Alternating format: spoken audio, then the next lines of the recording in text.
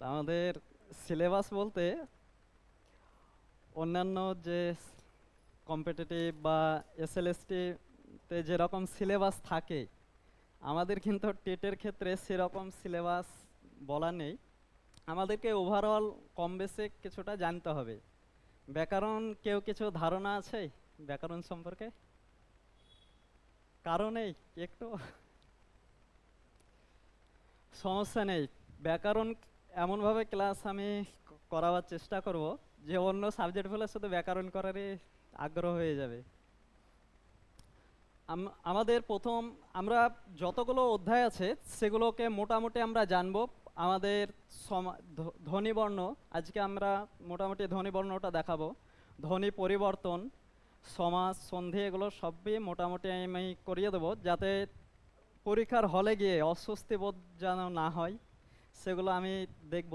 আর pedagogy বিষয়টা সম্পূর্ণ অন্যরকম, কারণ সেটা হচ্ছে স্কুলে ছাত্রদের যে সমস্যাগুলো, সেগুলোকে আমাদেরকে সেই হিসাবে, যে কোনো ছাত্র চ্যালেঞ্জিং ছাত্র আছে বা বিশেষ চাহিদা সম্পন্ন ছাত্র, তাকে কিভাবে পাঠ দেবেন বাংলা, তাকে কিভাবে বোঝাবেন, এই বিষয়গুলো ওগুলো আমরা যত আলোচনা করব ওগুলো ধারণা তত বেশি হবে। তাহলে ক্লাস শুরু করছি। ধ্বনি বর্ণ, এ বিষয়টা তো তোমাদের মোটামুটি জানা আছে নাকি?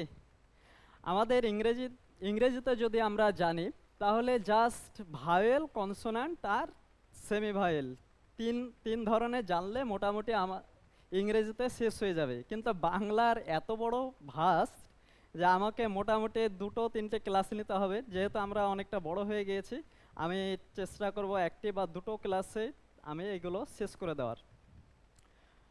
ধ্বনি কি, ধ্বনি ও বর্ণ কি?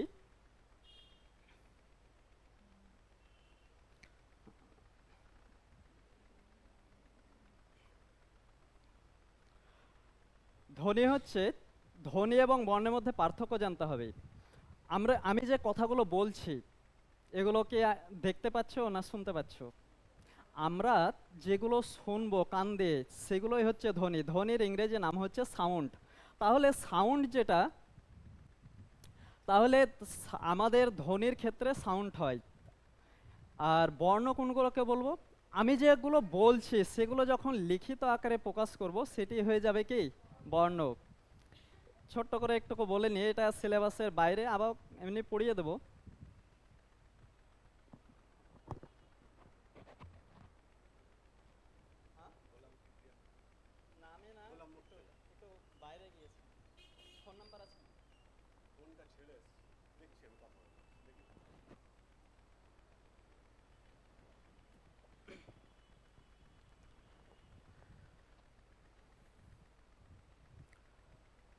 আমরা ছোটবেলাতে আমাদেরকে পড়িয়েছে, বা আমরাও বাচ্চাদেরকে পড়াই, ধ্বনি, বর্ণ আর অক্ষর।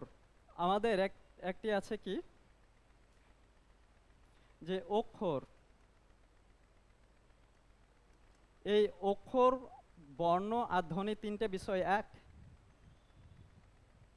কি না? তাহলে অক্ষর কি? আমরা বলি না এই অক্ষরটি এখনো পড়তে বা লিখতে শিখেছিনি, বা এখনো শিখতে পারলে না।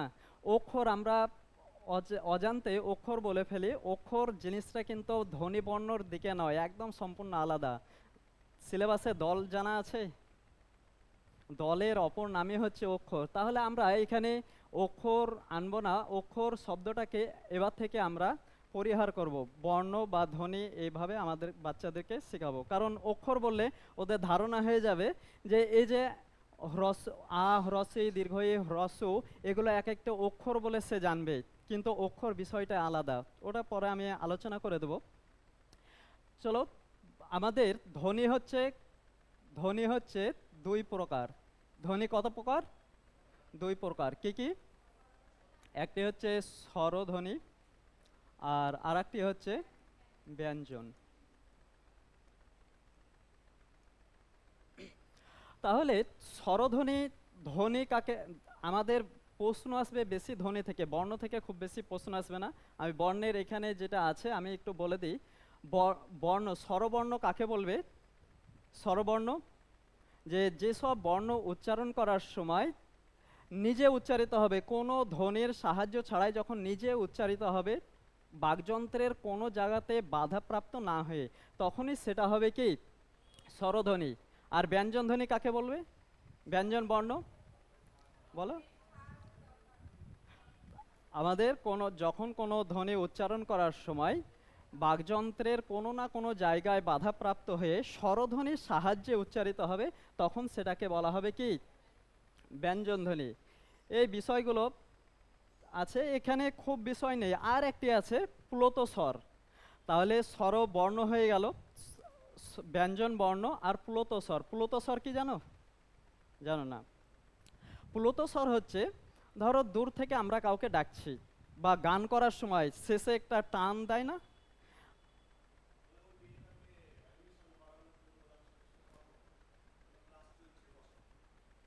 তো বসছে না?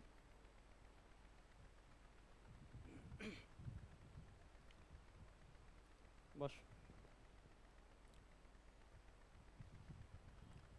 তাহলে প্লুত স্বর হচ্ছে যে দূর থেকে কাউকে ডাকা, দেখো কেউ দূর থেকে কেউ গান কবিতার সময় যে সুর, একটা সুর শেষের একটা ধ্বনির সাথে একটু টান দেয় না, ওই টান দেওয়াটাই হচ্ছে প্লুত স্বর। প্লুত স্বর আলাদা করে কোনো একটি বিষয় নয়। তাহলে আমাদের স্বরবর্ণ কতগুলো আছে? 11টি। আর ব্যঞ্জন বর্ণ, স্বরবর্ণ আছে 11টি। আর স্বরধ্বনির সংখ্যা পাবো কতগুলি? 7টি। কেন জানো? বর্ণ 11টি আর ধ্বনি 7টি। কেউ জানো? বলো, জানলে বলো, সমস্যা নেই, ভুল হোক আমি আছি তো বলার জন্য। আমি যখন নদী বানান লিখব, তখন কি আমি এই বানানটা লিখতে পারবো হ্রস্বই? বানান ভুল হয়ে যাবে। আমি যখন বলি কোনো, আমি হ্রস্বই বা দীর্ঘই যখন উচ্চারণ করব, আমাদের মুখ সবসময়তে লাঘবটা কম করবে। তার জন্য আমরা দীর্ঘই উচ্চারণ করতে পারি না, উচ্চারণ করি কিসের? হ্রস্বই। তাহলে এই দুটোর মধ্যে একটা কমে গেল না? দাঁড়ালো কোনটা? হ্রস্বই। তাহলে দুটো ধ্বনি ছিল, এই দুটো বর্ণ ছিল, হয়ে গেল কটা? একটি। আরেকটি যদি দেখি, হ্রস্ব উ বা দীর্ঘ উ, আমাদের লেখার সময় কিন্তু দুটোই পার্থক্য আছে, কিন্তু আমরা যখন বলি এটা উচ্চারণ করি, এটা উচ্চারণ করি না। তাহলে এই কারণে আমাদের ধ্বনির সংখ্যা কি কম। আমাদের মুখে যেটা উচ্চারণ করব সেটা হচ্ছে ধ্বনি, আর যেগুলো লিখব সেটা হচ্ছে কি বর্ণ। তার জন্য ধ্বনির সংখ্যা হচ্ছে কতগুলো? 11। এই বর্ণের সংখ্যা 11, ধ্বনির সংখ্যা 7। বোঝা গিয়েছে? এগুলো অতটা তোমাদের প্রয়োজন নেই, তবুও একটুকু বললাম। আমাদের দেখো স্বরবর্ণ যেগুলো আছে, এখানে একটি লেখা মিস্টেক হয়ে গেছে, বলে একটি ছিল, এটি লেখা হয়নি। হ্রস্ব দীর্ঘই, হ্রস্ব দীর্ঘ রে, এটা এখন বাদ হয়ে গিয়েছে। এ ওই ও, এই যে 12টির মধ্যে দেখো লিয়ের প্রয়োগ নেই, তাই বর্তমানে হচ্ছে 11টি স্বরবর্ণ। এই স্বরবর্ণকে 3 ভাগে ভাগ করা যায় বললাম, প্রধানত 2 ভাগে। আর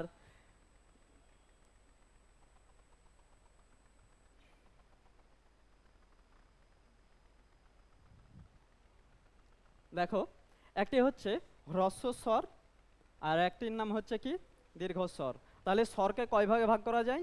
2 ভাগে। একটি হচ্ছে হ্রস্বস্বর আর দীর্ঘস্বর। হ্রস্বস্বর কাকে বলবো? নিজেই জানো, উচ্চারণ করতে, যে ধ্বনিগুলো উচ্চারণ করতে অল্প সময় লাগবে। এই 4টি ধ্বনি তোমাদেরকে মুখস্থ রাখতে হবে, তার কারণ এই 4টি সম্পর্কে তোমাদেরকে পরীক্ষায় দেয় যে হ্রস্ব স্বরের সংখ্যা কটি, বা কোনো ধ্বনি ওখানে লিখে দিল বা বর্ণ লিখে দিল, এদের মধ্যে কোনটি হ্রস্ব স্বর বা হ্রস্ব ধ্বনি সেগুলো জানতে চাইবে। এটা এই 4টি, অ, হ্রস্বই, হ্রস্ব আর রি, এই 4টি হচ্ছে হ্রস্ব বর্ণ। আর দীর্ঘ স্বর কাকে বলবে? যেগুলো উচ্চারণ করতে হ্রস্ব স্বরের থেকে একটুকু বেশি সময় লাগবে। বোর্ড দেখা যাচ্ছে ম্যাডাম? বোর্ড দেখা যাচ্ছে? নাহলে এদিকে দেখা গেলে ঠিক আছে। তাহলে দীর্ঘস্বর 4টে যদি বাদ দিয়ে দিই, দীর্ঘস্বর কতগুলো থাকবে? 7টি। এই দীর্ঘস্বরের সংখ্যা হচ্ছে 7টি।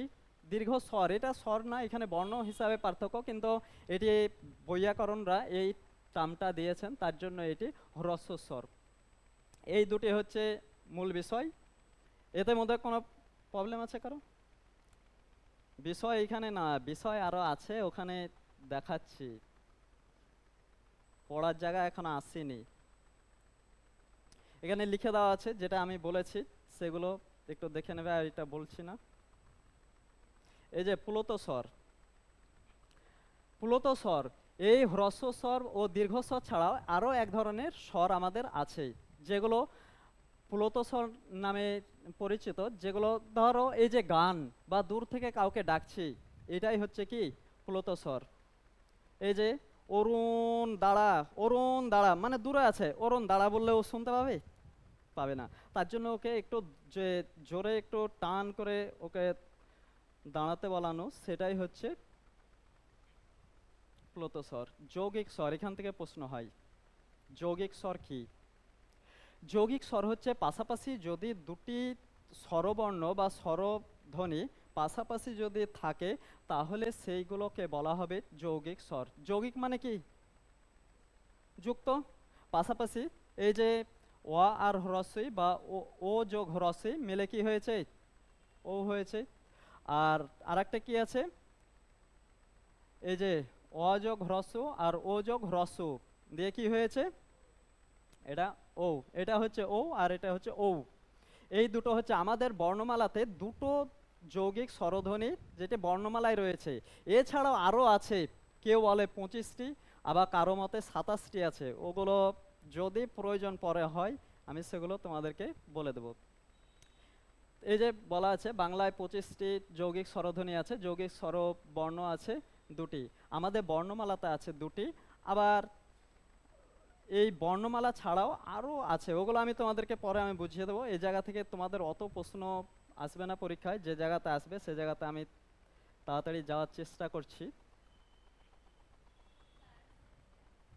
কি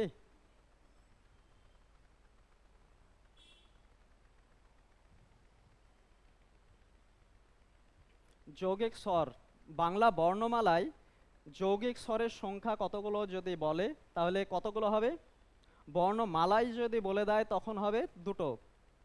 আর যদি বলে মোট যৌগিক স্বরের সংখ্যা কত, এবার অপশন 25 আছে, 25 থাকলে 27 থাকবে না, বা 24 থাকবে, 22 থাকবে, এরকম দেবে। তখন তোমাদেরকে এটা 25 থাকলে 25 করতে হবে, 27 যদি থাকে 27 করতে হবে, এইভাবে তোমাদেরকে করতে হবে। আর বর্ণমালাতে যদি বলে দেয়, আমাদের যে 50টি বর্ণ রয়েছে, সেই বর্ণমালাতে যদি বলে দেয় তখন কতগুলো হবে?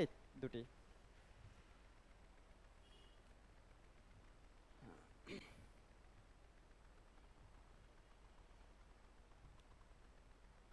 এগুলো পড়ে নেবে, বলা হয়ে গিয়েছে এগুলো। এই যে যে জায়গাতে আসার কথা, সব থেকে প্রশ্ন হবে এই জায়গা থেকে। এটা কোনোদিন ছকে দেখেছো? হ্যাঁ, এটা কোনোদিন বইয়ের ছকে দেখা হয়েছে? ক্লাস নবম শ্রেণীর বাংলা ব্যাকরণ বই যদি দেখা হয়, তাহলে এই অংশটি রয়েছে। এই অংশটি হচ্ছে সবথেকে মূল বৈশিষ্ট্য, এবং এই জায়গাটি সবথেকে বেশি বুঝতে হবে। আমাদের স্বরধ্বনি কতগুলো বলেছি? স্বরধ্বনি কতগুলো বলেছি? মূল 7টি। এই স্বরধ্বনি হচ্ছে 7টি। এরই আরও নাম আছে মৌলিক, একেও মৌলিক স্বর বলা হয়। কি বলা হয়? মৌলিক স্বর বলা হয়। একে আবার শুদ্ধ স্বরও বলা হয়। শুদ্ধ স্বর যদি বলে, একই উত্তর হবে এই 7টি। এই 7টি কি কি আছে চলো একটু দেখে নিই। এখানেও তো আছে, তার এখানে আমি লিখবো, তার কারণ আছে। এখানে লেখার একটি কারণ আছে। অ হচ্ছে অ, আ হ্রস্বই, দীর্ঘই হবে? হবে না। হ্রস্ব উ, এ, ও, আর এ। কতগুলো আছে এখানে? কতগুলো লেখা হয়েছে? 7টি। এভাবে একটা সহজ কোশ্চেন হতেও পারে, না না দিতেও পারে, আমাদের জেনে রাখা ভালো, জানতে হবে, যেহেতু আমরা জানতে এসেছি। আমাদের এই 7টি মৌলিক স্বরের মধ্যে কোন স্বরধ্বনিটি বর্ণমালাতে নেই? কোনটি হবে? এইটি এইটি আমাদের কোনো বর্ণমালাতে এই ধ্বনিটি নেই। বাকি যে ছটি আছে এই ছটি আমরা বর্ণমালাতে পাই। এখান থেকে আমি তোমাদেরকে কিছুটা বলে দিই যে এর 3 থেকে 4 প্রকারের ভাগ রয়েছে। এই সাতটি ধ্বনিকে বিভিন্ন ভাগে আমরা ভাগ করতে পারবো। আমি যদি এভাবে মুখস্থ করি, অ, আ, হ্রস্বই, হ্রস্ব, এ, ও, অ্যা, এই সাতটি এভাবে যদি আমি মুখস্থ করি, আমি তোমাকে এখানে প্রশ্ন করব, তোমার ভালো করে ক্লাস করিয়ে দেব। তারপরে আমি যদি প্রশ্ন করি তা তোমরা 10টার মধ্যে 6টি করে ভুল বলবে। বুঝতে পারলে? এভাবে যদি আমরা মুখস্থ করি, আমি মুখস্থ কিভাবে করব? এভাবে করব। আমি টেকনিকটা বলে দিচ্ছি, তোমরা যখন পাবে কাজ করার সময় বা বাড়িতে কোনো অবসর সময় বসে আছো, একবার করে মনে করবে বা রিমাইন্ড করবে, তাহলে এই 7টি ধ্বনি ই, এ, আ, অ, ও, উ। কি বললাম? ই, এ, আ, অ, ও, উ। এভাবে যদি এই 7টি ধ্বনিকে মুখস্থ করা হয়, তোমাদের ধরো 80% তোমাদের পড়া হয়ে গেল। এটা মুখস্থ হবে তো? এই হ্রস্বইকে হ্রস্বই বলতে যাবো না, তাহলে আমাদের যে ছন্দটা আছে এটা কেটে যাবে। ই, এ, আ, অ, ও, উ। বলো বলো, নিজে একবার বলো। বলবে এভাবে মুখস্থ, তো আমার মুখস্থ বিদ্যা দারুণ আছে, এভাবে মুখস্থ করলেও তো আমি পেরে যাব। কেন আমি এভাবে মুখস্থ করাচ্ছি এবার বলি। দেখো, আমি একদম প্র্যাকটিক্যালি এবার আসছি। নিজে পরীক্ষা করে নেবে, তারপরে যদি বলো যে না এই জায়গাতে স্যার হচ্ছে না, তখন আমাকে বলবে। দেখো, ই, এ, এই 3টি ধ্বনি উচ্চারণ করো, দেখো জিহ্বা সামনের দিকে চলে আসছে। ই, এ, বলছে স্যার একদম আসছে না তো, বোঝা যাচ্ছে না, এখানে তো আর সেই রকম ভাবে পার্থক্য হয় না। দেখো, এবার আরেকটু দেখো, অ, ও, উ উচ্চারণ করো, দেখো জিভ কোন দিকে চলে যাচ্ছে? পেছন দিকে কিছুটা যাচ্ছে না? দেখো, এই যে এই 3টি ধ্বনি উচ্চারণ করতে গিয়ে জিভ সামনের দিকে চলে আসছে, তাই এই 3টি ধ্বনির নাম হচ্ছে সম্মুখ স্বরধ্বনি। এই যে সম্মুখ স্বরধ্বনি। এবার যদি আমি এভাবে মুখস্থ করতাম, আমি এই 3টা ধ্বনি কি সহজে আমি পেয়ে যাচ্ছি। এভাবে মুখস্থ করলে আমাকে খুঁজতে হবে না, কোনটাতে একবার পরীক্ষা করতে হবে যে ই এইটাতে আসছে, তারপর আটা তো আসছে না, এইভাবে তোমাকে অনেক কিছু কিন্তু ভাবতে হবে। কিন্তু এভাবে মুখস্থ করলাম যে ই, এ, তো আমার 3টেই জানা হয়ে গেছে সম্মুখ ধ্বনি। স্যার আমাকে যে কোশ্চেনটা করবে করুক, আমি রেডি আছি, প্রস্তুত উত্তর বলার জন্য। ক্লাস কিছু বুঝতে পারছো না? আবার মাথার ওপর দিয়ে আমি বোঝাচ্ছি, মাথার ওপর দিয়ে যদি কারো চলে যায়, তাহলে কিন্তু আমার সে ক্লাসটা সব থেকে আমাকেই কষ্টকর লাগে।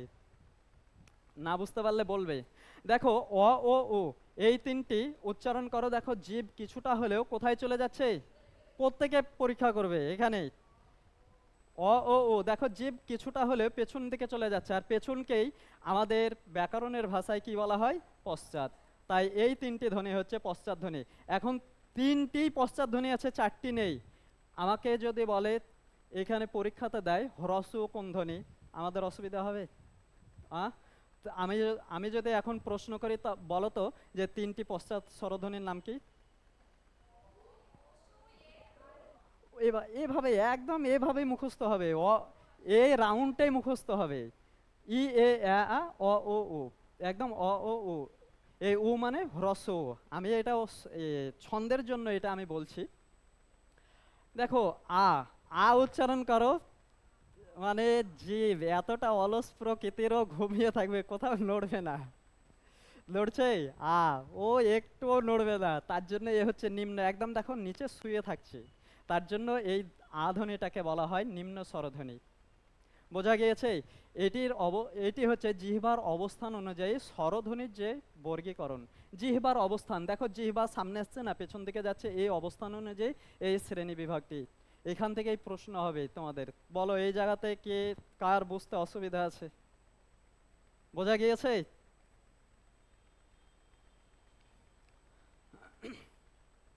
ঠোঁটের আকৃতি অনুযায়ী একটুকু দেখে নিই। ঠোঁটের আকৃতি অনুযায়ী দেখো যে ই, এ, উচ্চারণ করো। ই, এ, দেখো ঠোঁট দুটো একটুকু হলেও প্রসারিত হচ্ছে। স্যার বোঝা যাচ্ছে না। অ, ও, উ উচ্চারণ করে, দেখো ঠোঁট দুটো গোল হয়ে যাচ্ছে। হচ্ছে। তাহলে দেখো এই ই এ আ এই তিনটি ধ্বনি হচ্ছে প্রসারিত স্বরধ্বনি, আর অ ও উ এই তিনটে যে ধ্বনি আছে এরা হচ্ছে কুঞ্চিত। কেন? এরা এদেরকে উচ্চারণ করার সময় ঠোঁট দুটো কি হয়ে যাচ্ছে, গোল বা কুঞ্চিত ছোট হয়ে যাচ্ছে, তাই এই তিনটি ধ্বনির নাম হচ্ছে কুঞ্চিত স্বরধ্বনি। বোঝা যাচ্ছে? আর এটা আয়ের কোনো অবস্থান নেই। আবার যদি বলে যে ই এ আ আ আ পর্যন্তও যদি বলে, আটাকেও আমরা অনেক সময় প্রসারিত হিসাবেও ধরতে পারি, কিন্তু আটাকে কোনো বইয়ে প্রসারিত স্বরে ধরে, আবার কোনো বইয়ে ধরে না। এ জায়গাতে বোঝা গিয়েছে এই যে ঠোঁটের আকৃতি অনুযায়ী, আর আমরা শিখলাম জিহ্বার অবস্থান অনুযায়ী। কারো সমস্যা নেই তো? চলো আমরা এখন জিহ্বার যে একটি অবস্থান দেখলাম যে সামনে যাচ্ছে না পেছনের দিকে যাচ্ছে, আর এক ধরনের জিহ্বার অবস্থান হয়, সেটি জিহ্বা ওপরের দিকে কতটা চলে যাচ্ছে না নিচের দিকে কতটা আসছে। এরকম ভাবেও স্যার বাংলা থেকে ইংরেজি সহজ ছিল নাকি? তিনটে ওই ভায়েল, পাঁচটি, মাত্র পাঁচটি ভায়েল, আর সেমি ভায়েল দুটো না তিনটে আছে, সম্ভবত দুটো নাকি ইংরেজিতে, দুটো, আর বাকি কনসোনেন্ট 21টি আছে, তাহলে গল্প শেষ। আর বাংলাতে কত, এ তো স্বরধ্বনি চলছে 7টি, এই 7টি স্বরধ্বনি আমরা এখনো শিখছি। দেখো এই যে উচ্চ, এই হ্রস্ব ই আর হ্রস্ব উ, এই দুটো উচ্চারণ করো, দেখো জিহ্বা কিছুটা হলেও উপরের দিকে, জিহ্বার যে সামনের অংশটি উপরের দিকে উঠে যাবে। দেখো হ্রস্ব ই, হ্রস্ব উ, আস্তে আস্তে উচ্চারণ করো, প্রত্যেকে দেখে নাও। হচ্ছে? আর আ উচ্চারণ করো তো। আ কোথায়? নিচের দিকে থেকে যাচ্ছে না, তাই হচ্ছে এই আটি হচ্ছে নিম্ন। তাহলে এই যে হ্রস্ব ইর নিচে হ্রস্ব ই উচ্চারণ করছে, একদম জিভ উপরের দিকে চলে যাচ্ছে। এবার এ আর ও, আমি কালার এই মুহূর্তে চেঞ্জ করতে পারছি না, পরে আবার শিখে তখন। কেউ জানো কালার চেঞ্জ? এখানে, এখানে,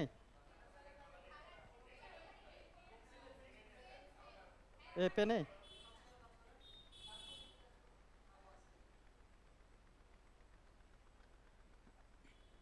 এই যে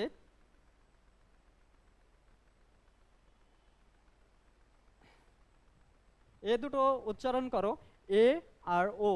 দেখো হ্রস্বই আর হ্রস্ব উচ্চারণ করছিলাম, জিভ একদম উপরের দিকে চলে যাচ্ছিল, এটা দেখো একটুকু কম হচ্ছে, একদম উপরে যাচ্ছে না, উপরের থেকে একটুকু নিচে হচ্ছে। একটু পরীক্ষা করে নাও। আমাদের মুখগহ্বর তো আর অনেক বড় না যে অনেক পার্থক্য হবে, সামান্য একটুকু পার্থক্য হবে। দেখো এ আর ও, এটা। আর দেখো নিম্ন আ একদম তো নিচে থাকছে, একদম শুয়ে থাকছে। দেখো এ আর অ উচ্চারণ করো, দেখো শুয়ে যেটা আছে তার থেকে একটুকু উঁচুতে হচ্ছে। একটুকু দেখে নাও, নিজে নিজে পরীক্ষা করো, নিজে নিজে পরীক্ষা করো।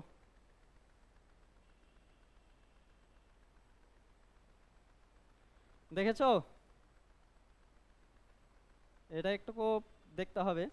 এই ছকটা মুখস্থ থাকলে সমস্যা হবে না। প্রথম একদম উপরে যেটা আছে সে দুটো তো উচ্চ স্বরধ্বনি, নিম্নে যেটা আছে নিম্ন স্বরধ্বনি, আর ওপরের থেকে যেটা নিচে আছে সেটা উচ্চ মধ্য, উচ্চ থেকে কিছুটা মধ্য, তাই হচ্ছে উচ্চ মধ্য। আর এটা একদম নিম্ন থেকে একটুকু আরেকটু মধ্যে আছে, তার জন্য হচ্ছে এটা নিম্ন মধ্য। এই হচ্ছে জিহ্বার অবস্থান অনুযায়ী আরেকটি ভাগ। বোঝা যাচ্ছে ক্লাস? এগুলো শিখেছো কোনোদিন? শিখেছো তো?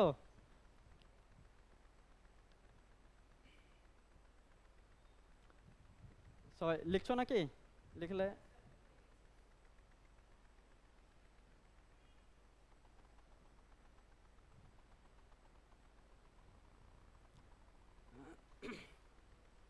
মুখগহ্বরের অবস্থান অনুযায়ী আমাদের যে মুখের গহ্বর আছে, এই মুখগহ্বরের অবস্থান, কতটা মুখ খোলা থাকছে কতটা বন্ধ থাকছে, এই হিসাবে এই ভাগটি করা হয়েছে।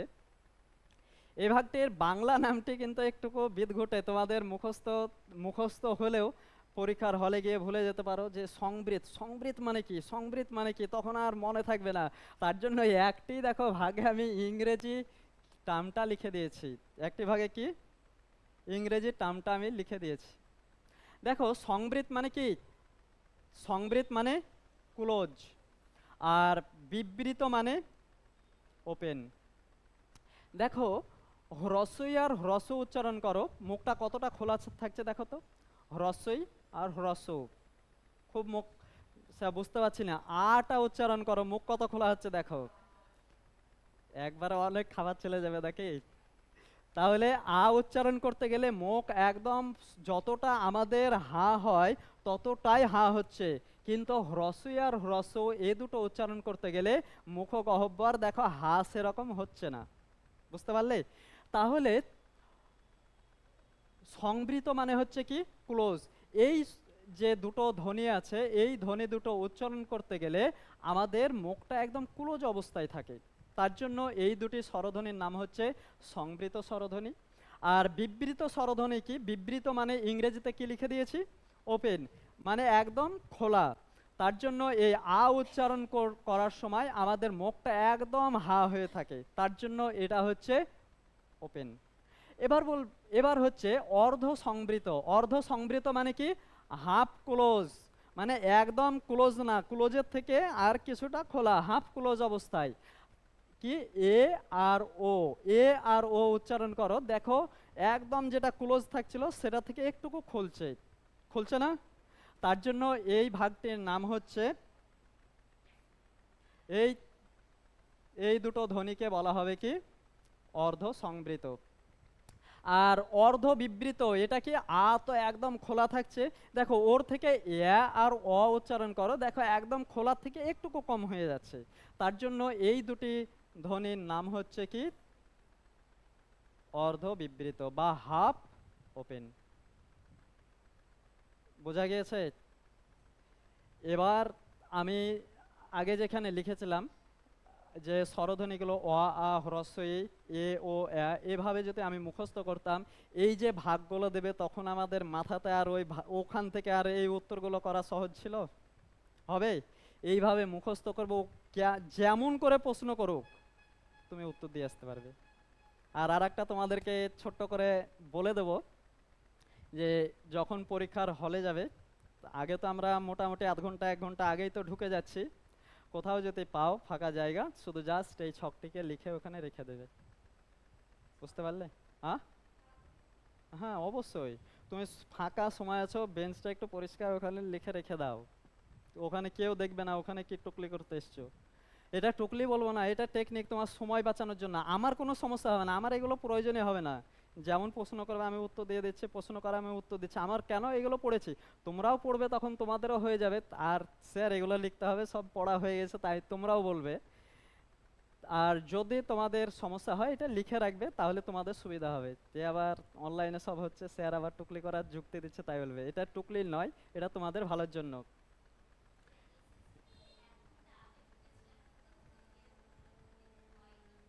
হয়নি তো অন্য সাবজেক্ট যেগুলো একদম ছোট যেগুলো, আর এগুলো কোনটা পরীক্ষা আসবে আমি জানি, লিখে রাখবো।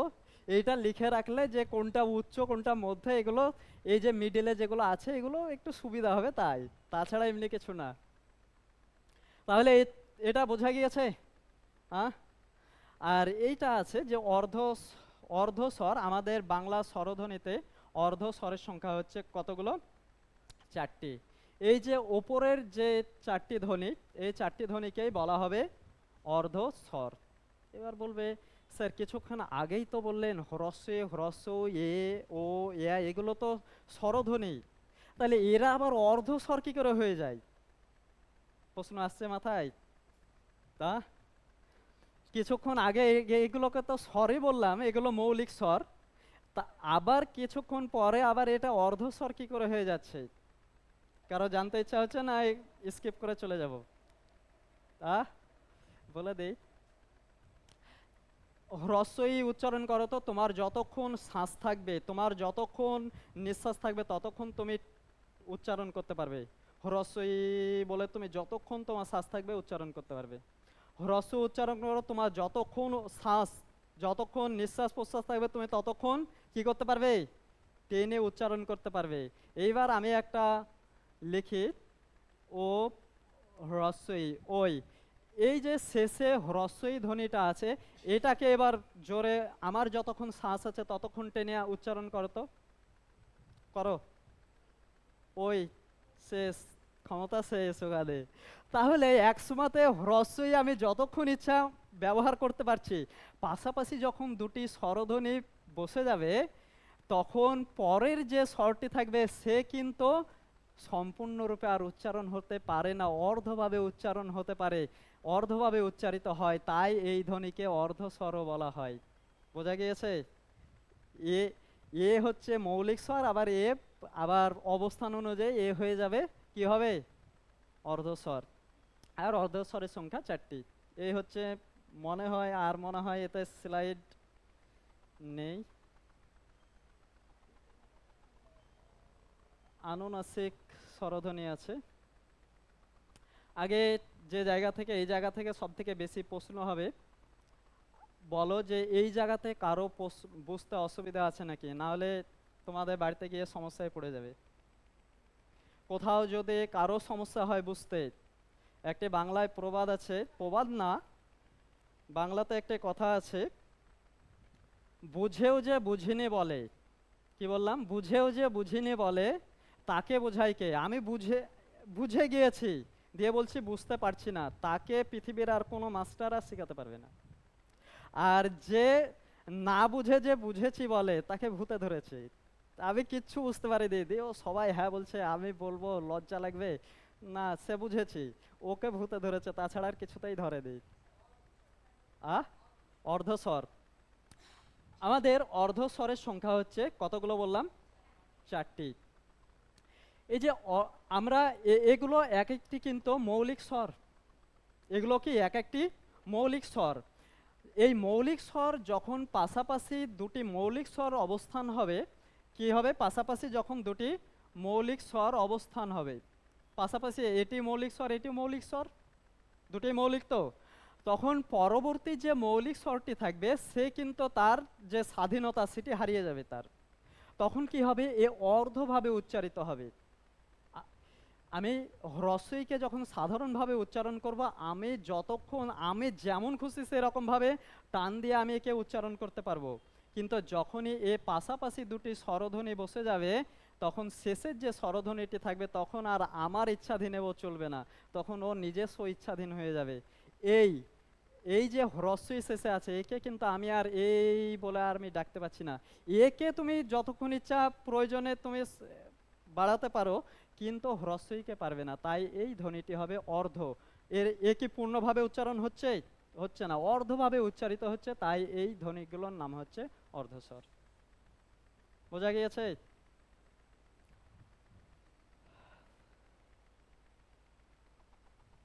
তাহলে এই জায়গাতে প্রবলেম নেই। আহ বুঝতে পারলাম না। স্বরধ্বনি, হ্যাঁ, স্বর, আমরা তো এটা স্বরধ্বনি উচ্চারণ করছি। আমরা যদি এ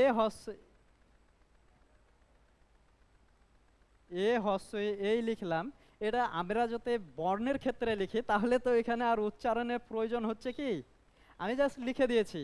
আমরা আলোচনা করছি ধ্বনি, আমাদের যে আমরা বাকযন্ত্রের সাহায্যে ধ্বনি উচ্চারণ করছি এইটা নিয়ে আলোচনা করছি, তাই এক্ষেত্রে এই ভাগগুলো আসবে, লিখিতের ক্ষেত্রে ভাগ আসবে না। এই লিখে দিলাম, আমরা তো উচ্চারণ করছি না, এটা হচ্ছে সব বর্ণের ক্ষেত্রে।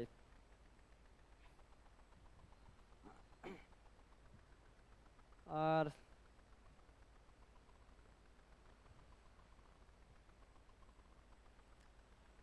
সানুনাসিক স্বরধ্বনি কি, কোনো স্বরধ্বনির সঙ্গে চন্দ্রবিন্দু যুক্ত হয়ে যাওয়া মানে কি সানুনাসিক। এই যে আয়ে চন্দ্রবিন্দু, আয়ের সঙ্গে চন্দ্রবিন্দু, কোনো ধ্বনি বা বর্ণের সঙ্গে যখন চন্দ্রবিন্দু যুক্ত হয়ে যায় তখনই কি হয়ে যায়, সেটি সানুনাসিক বা আনুনাসিক। এর আরেকটি নাম হচ্ছে কি, আনুনাসিক।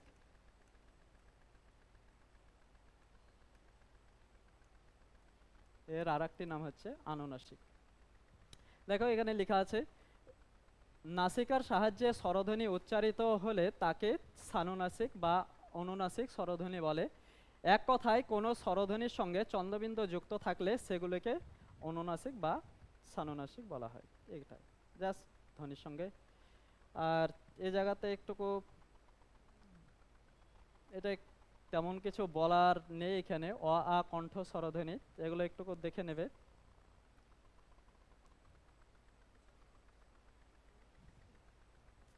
মানে চাপ হয়ে যাচ্ছে অনেক, হ্যাঁ? বাড়িতে দুবার পড়বে, আমি যেভাবে মুখস্থ করতে বললাম 7টা সেভাবে মুখস্থ করবে, 80% তোমার হয়ে যাবে। এখন যদি আমি বলি, বলো তো পশ্চাৎ স্বরধ্বনি কতগুলো আছে? কি কি কি কি? পেছন দিকে ও ও ও। আমি যদি বলি এ, প্রসারিত স্বর কতগুলো আছে?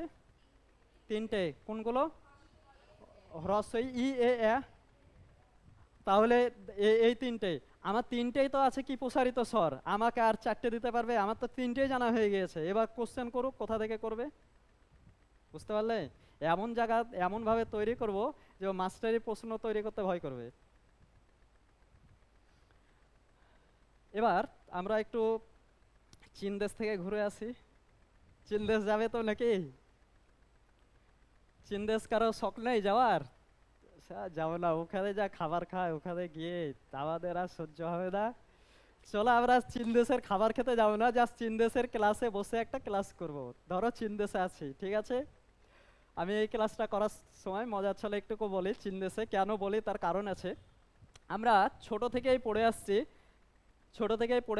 ক খ গ ঘ ইয় চ ছ বর্গীয় জ ঝ পিঠ ফলাঙ্গ, এভাবে পড়েছে তো, না অন্যভাবে পড়েছি? আর চীন দেশের মানুষ কেমন করে কথা, চীন দেশের বাক্য কেমন ভাবে, যে এইখানে শুরু হয় এখানে শেষ হয়, এভাবে। চীন দেশের লেখা এরকম না? হ্যাঁ। আমি এ কারণেই চীন দেশের ভাষাতে বা চীন দেশের কোয়ালিটিতে পড়াতে চাই বলি, তার কারণ হচ্ছে যে আমরা এই ব্যঞ্জন ধ্বনিকে বা ব্যঞ্জন বর্ণগুলিকে সেই প্রাচীন পন্থায় ছোটতে আমাদেরকে যেভাবে শিখিয়েছে সেভাবে শিখবো না, তার জন্য বললাম। কিভাবে শিখবো? আজ থেকেই অল্প অল্প করে তোমরা মুখস্থ করবে, একসঙ্গে সব মুখস্থ করার দরকার নেই। ক চ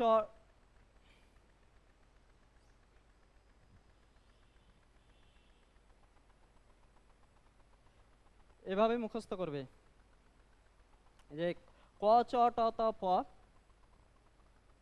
প্রথমে বুঝতে অসুবিধাই হয়। দেখো ক চ ট ত প, খ ছ ঠ থ ফ, গ জ ড দ ব, এটা ঘ ঝ ঢ ধ ভ, ইয় উ মূর্ধন্য দন্তান্ন ম। বলবে এইভাবে কেন মুখস্থ করব? তা আমি ওই যে বলেছি স্যারকে প্রশ্ন শেয়ার করবে, তা স্যার কোন প্রশ্ন দেবো স্যারই কনফিউজ হয়ে যাবে। আমি এভাবে পড়াবো তার কারণ হচ্ছে, একটু পরে আমি আলোচনা করছি। তুমি বাড়িতে ধরো কোনো কাজ করছো বা কিছু একটা খুব একদম চাপের কাজ নয়, সে সময়তে একটি নিয়ে ক চ ট ত প, ক চ ট ত প এইভাবে একটি একটু করে মুখস্থ করো। আমি ক খ গ ঘ ইয় এভাবে যদি বলি, আমার মনে হয় মোটামুটি 7 থেকে 8 সেকেন্ড সময় লেগে যাবে আমার। আর আমি যদি এভাবে এখন বলি, আমি খুব বেশি সময় নিলে 3 সেকেন্ডে আমি বলে দিতে পারি এখন। ক চ ট ত প, খ চ ট ত প, গ জ ড দ ব, ঘ জ ড দ ভ, ইয় উ মূর্ধন্য দন্তান্ন ম। আমি কিন্তু ক খ গ ঘ ইয় বললে এই লাইনে 3 সেকেন্ড হয়ে যাচ্ছে আমার। বুঝতে পারলে? চলো কেন আমি এভাবে শিখবো, আগেরটা বললাম না ই এ এ আ অ ও ও এভাবে শিখলে কতটা সহজ হলো বলো তো। এভাবেও মুখস্থ করলে অনেকটাই সহজ হয়ে যাবে, সেটাই আমি এখন ব্যাখ্যা করব। আমাদের এইখানে 25টি বর্ণ রয়েছে। এই 25টি বর্ণকে মুখস্থ তো আমাদের আছে, এই অল্প প্রাণ মহাপ্রাণ, অল্প প্রাণ মহাপ্রাণ, নাসিক্য এভাবে আমাদের আছে। এই যে প্রথম যে কলম আছে এটি হচ্ছে কি প্রথম সার, প্রথম। এটি হচ্ছে দ্বিতীয়। এই যে গয়ের সার আছে সেটা হচ্ছে কি তৃতীয়। আর ঘয়ের যে সার আছে সেটি হচ্ছে চতুর্থ। আর নাসিক্য ধ্বনি যেটি আছে সেটি হচ্ছে পঞ্চম। কেন এভাবে মুখস্থ করব? দেখো, তোমাকে বললো যে 4টি অল্প প্রাণ ধ্বনির নাম বলো তো। তুমি ক ক চ ট ত প বলে দিলে সহজ হলো। ক এই প্রথম দিকে যেগুলো আছে ক ক চ ট ত প প্রথম দিকে। এবার যদি বলে তোমাকে 5টি মহাপ্রাণ ধ্বনির নাম বলো। এবার ক এর পর খ, একবার ভাবলাম ক এর পর খ, তারপর চ এর পর আছে ছ, ছয়ের পর বর্গীয় জ হচ্ছে অল্প প্রাণ, তারপর ঝ হচ্ছে মহাপ্রাণ। এইভাবে মুখস্থ করতে হতো না? আমি এভাবে মুখস্থ করলে কি হবে, যে অল্প প্রাণ হচ্ছে বর্গের প্রথম আর তৃতীয় ধ্বনি হচ্ছে কি অল্প প্রাণ। অল্প প্রাণ প্রথম প্রথম ধ্বনিতে আছে কচটা প, আর তৃতীয়তে আছে গ ধ্বনি প্রথম গজটা দ ব। কটি মোট মহাপ্রাণ ধ্বনি এইখানে? এই 25টির মধ্যে মহাপ্রাণ ধ্বনি কতগুলো আছে? 10টি আছে।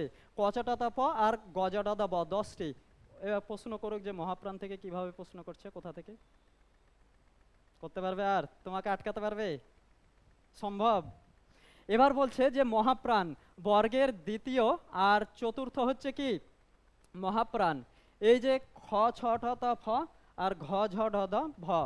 এবার তোমাকে যদি বলে যে 10টি মহাপ্রাণ বর্ণের নাম বলো বা 5টি বলো, তখন কিন্তু তোমাকে অনেকটা ভাবতে হবে যে কয়ের পর খ আছে, খয়ের পর গ বাদ দিয়ে ঘ হবে, এভাবে তোমাকে ভাবতে হবে। তুমি জাস্ট 2 নাম্বারের কি দিয়ে শুরু? খ, খ ছ ট ত ফ। আর 4 নাম্বারে কি আছে? ঘ দিয়ে শুরু আছে, ঘ ঝ ঢ দ ভ। 10টি তোমার আয়ত্ত হয়ে গেল মহাপ্রাণ ধ্বনি। তোমাকে এবার কিভাবে আটকাচ্ছে মহাপ্রাণ ধ্বনি? আটকাতে পারবে? কোনো সময়তে আটকাতে পারবে না। এইবার 5টি নাসিক্য বর্ণ আছে, ইয় ও মূর্ধন্য দন্তান্ন ম। এই 5টি ধ্বনিকে বলা হয় কি নাসিক্য ধ্বনি। এবার আমি একটু জানতে চাইবো যে নাসিক্য ধ্বনি কাকে বলে? আরেকবার বলো। নাসিকা। আর কেউ কিছু বলবে?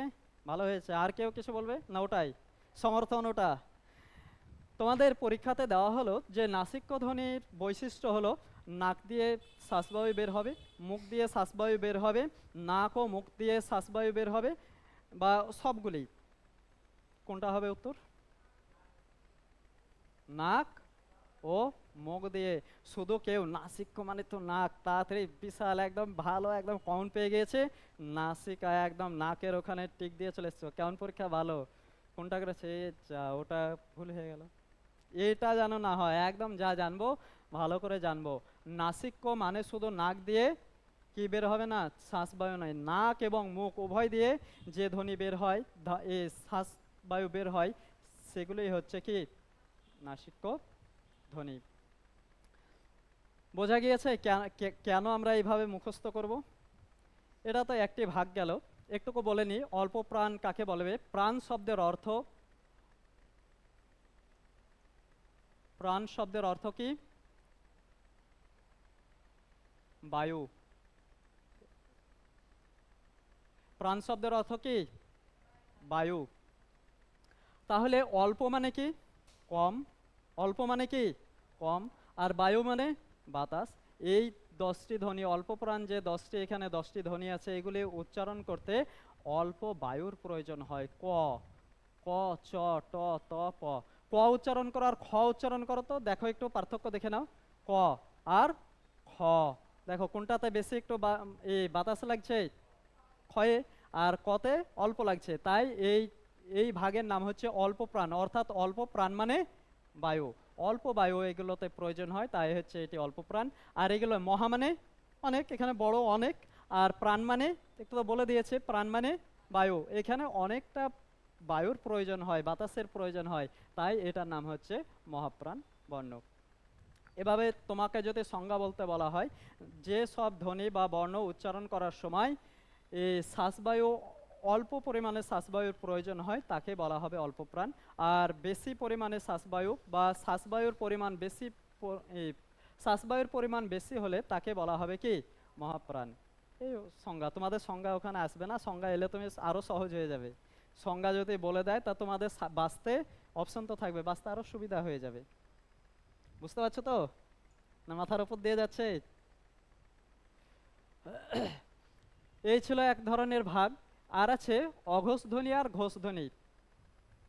অঘোষ ধ্বনি কোনগুলো? অঘোষ। ঘোষ মানে, ঘোষ শব্দের অর্থ জানতে হবে। ঘোষ শব্দের অর্থ কি? গাম্ভীর্য। গাম্ভীর্য মানে কি? একদম কণ্ঠ ভারী করে বলা। কণ্ঠ ভারী করে বলা। দেখো কোনো কোনো স্যার বা কারো মানে এমন ভাবে কথা বললাম দেখে ভয় লাগে, একদম জড়সড় হয়ে যায়। আবার কোনো কোনো স্যার এমন ভাবে কথা বলে যে আমাদের মনটা একদম খোলাভাবে স্যারের সঙ্গে মিশতে পারি। তাহলে ঘোষ শব্দের অর্থ কি বললাম? গাম্ভীর্য। তাহলে অঘোষ, অঘোষ মানে কি?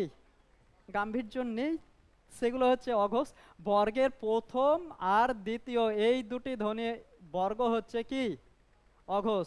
তাহলে ক চ ট ত প আর খ ছ ট ত ফ, এই 10টি হচ্ছে অঘোষ বর্ণ। বোঝা গিয়েছে? আর ঘোষ ধ্বনি বা ঘোষ ধ্বনির অপর নাম হচ্ছে নাদ। নাদ মানে এ, নাদ মানে প্রচণ্ড আওয়াজ। দেখবে মেঘের একটা লাইন ছিল আমার এই উচ্চনাদ প্রলয় গনিয়া পূজা ভাবিয়া বিষাদ, লাইনটা বলো, মনে পড়ছে না? আমারও লাইনটা কবিতা মুখস্থ আছে, তাও এখন মনে পড়ছে না, পরে আবার বলবো। তাহলে ঘোষ মানে হচ্ছে গাম্ভীর্য। এখানে ঘোষ ধ্বনি বা ঘোষ ধ্বনিও থাকতে পারে, সঘোষ ধ্বনিও তোমাদেরকে দিতে পারে। আর ঘোষ ধ্বনির অপর নাম হচ্ছে নাদ ধ্বনি। তাহলে এই যে 5টি অর্থাৎ 3 5 15টি ধ্বনি আছে বা বর্ণ আছে, এই 15টি উচ্চারণ করতে গিয়ে আমাদের শ্বাস, গাম্ভীর্য, এগুলোর উচ্চারণ করার সময় আমাদের স্বরতন্ত্রী প্রচণ্ড পরিমাণে কম্পন হয়। তাই এগুলি হচ্ছে ঘোষ ধ্বনি।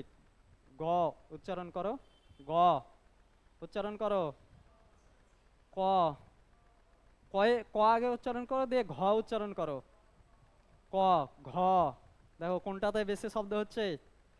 ঘয়েরটাতে। তার জন্য এগুলো হচ্ছে অঘোষ ধ্বনি। আর এই যে 15টি আছে এগুলো হচ্ছে ঘোষ ধ্বনি। এখানে বিষয় হচ্ছে আহ, এটা হয়ে গিয়েছে আমার লেখা, তখন কিভাবে লিখেছি লিখাই তো জানি না, লেখার ছিঁড়ি নাই, বুঝতেই পারছো, নিজে বুঝে নেবে একটু। আর এগুলো আছে, এই বিষয়গুলো, এগুলো বুঝতে পেরেছো? কেন আমি প্রথমে বলেছিলাম চীন দেশে একটু ক্লাস করে আসবো, কারণ চীন দেশের বাক্য হচ্ছে ওপর থেকে নিচে। তার জন্য এই ওপর থেকে নিচে আমাদেরকে মুখস্থ করতে হবে।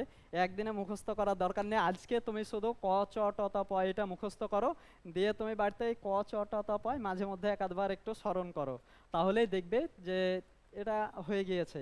তারপরে খ ছ ট ত ফ এভাবে একদিন প্র্যাকটিস করো। হ্যাঁ, তাহলে খ ছটা ত ফ এইভাবে একটু করে পড়ো, দেখো 5 7 দিনে এগুলো হয়ে যাবে।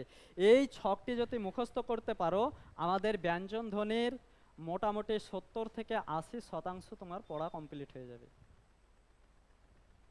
বোঝা গিয়েছে? এখান থেকে আরও জটিলতাভাবে তোমাদেরকে কোশ্চেন করবে, সেটা আজ আমি দেব না, তার কারণ প্রথম পড়াচ্ছি, প্রথমেই যদি অত একদম চাপ দিয়ে দেই, তখন বাড়িতে গিয়ে স্যার পড়ালো ভালো, কিন্তু এত চাপ দিল যে আমরা আর নিতে পারছি না, বাড়িতে গিয়ে সব ভুলে যাবে।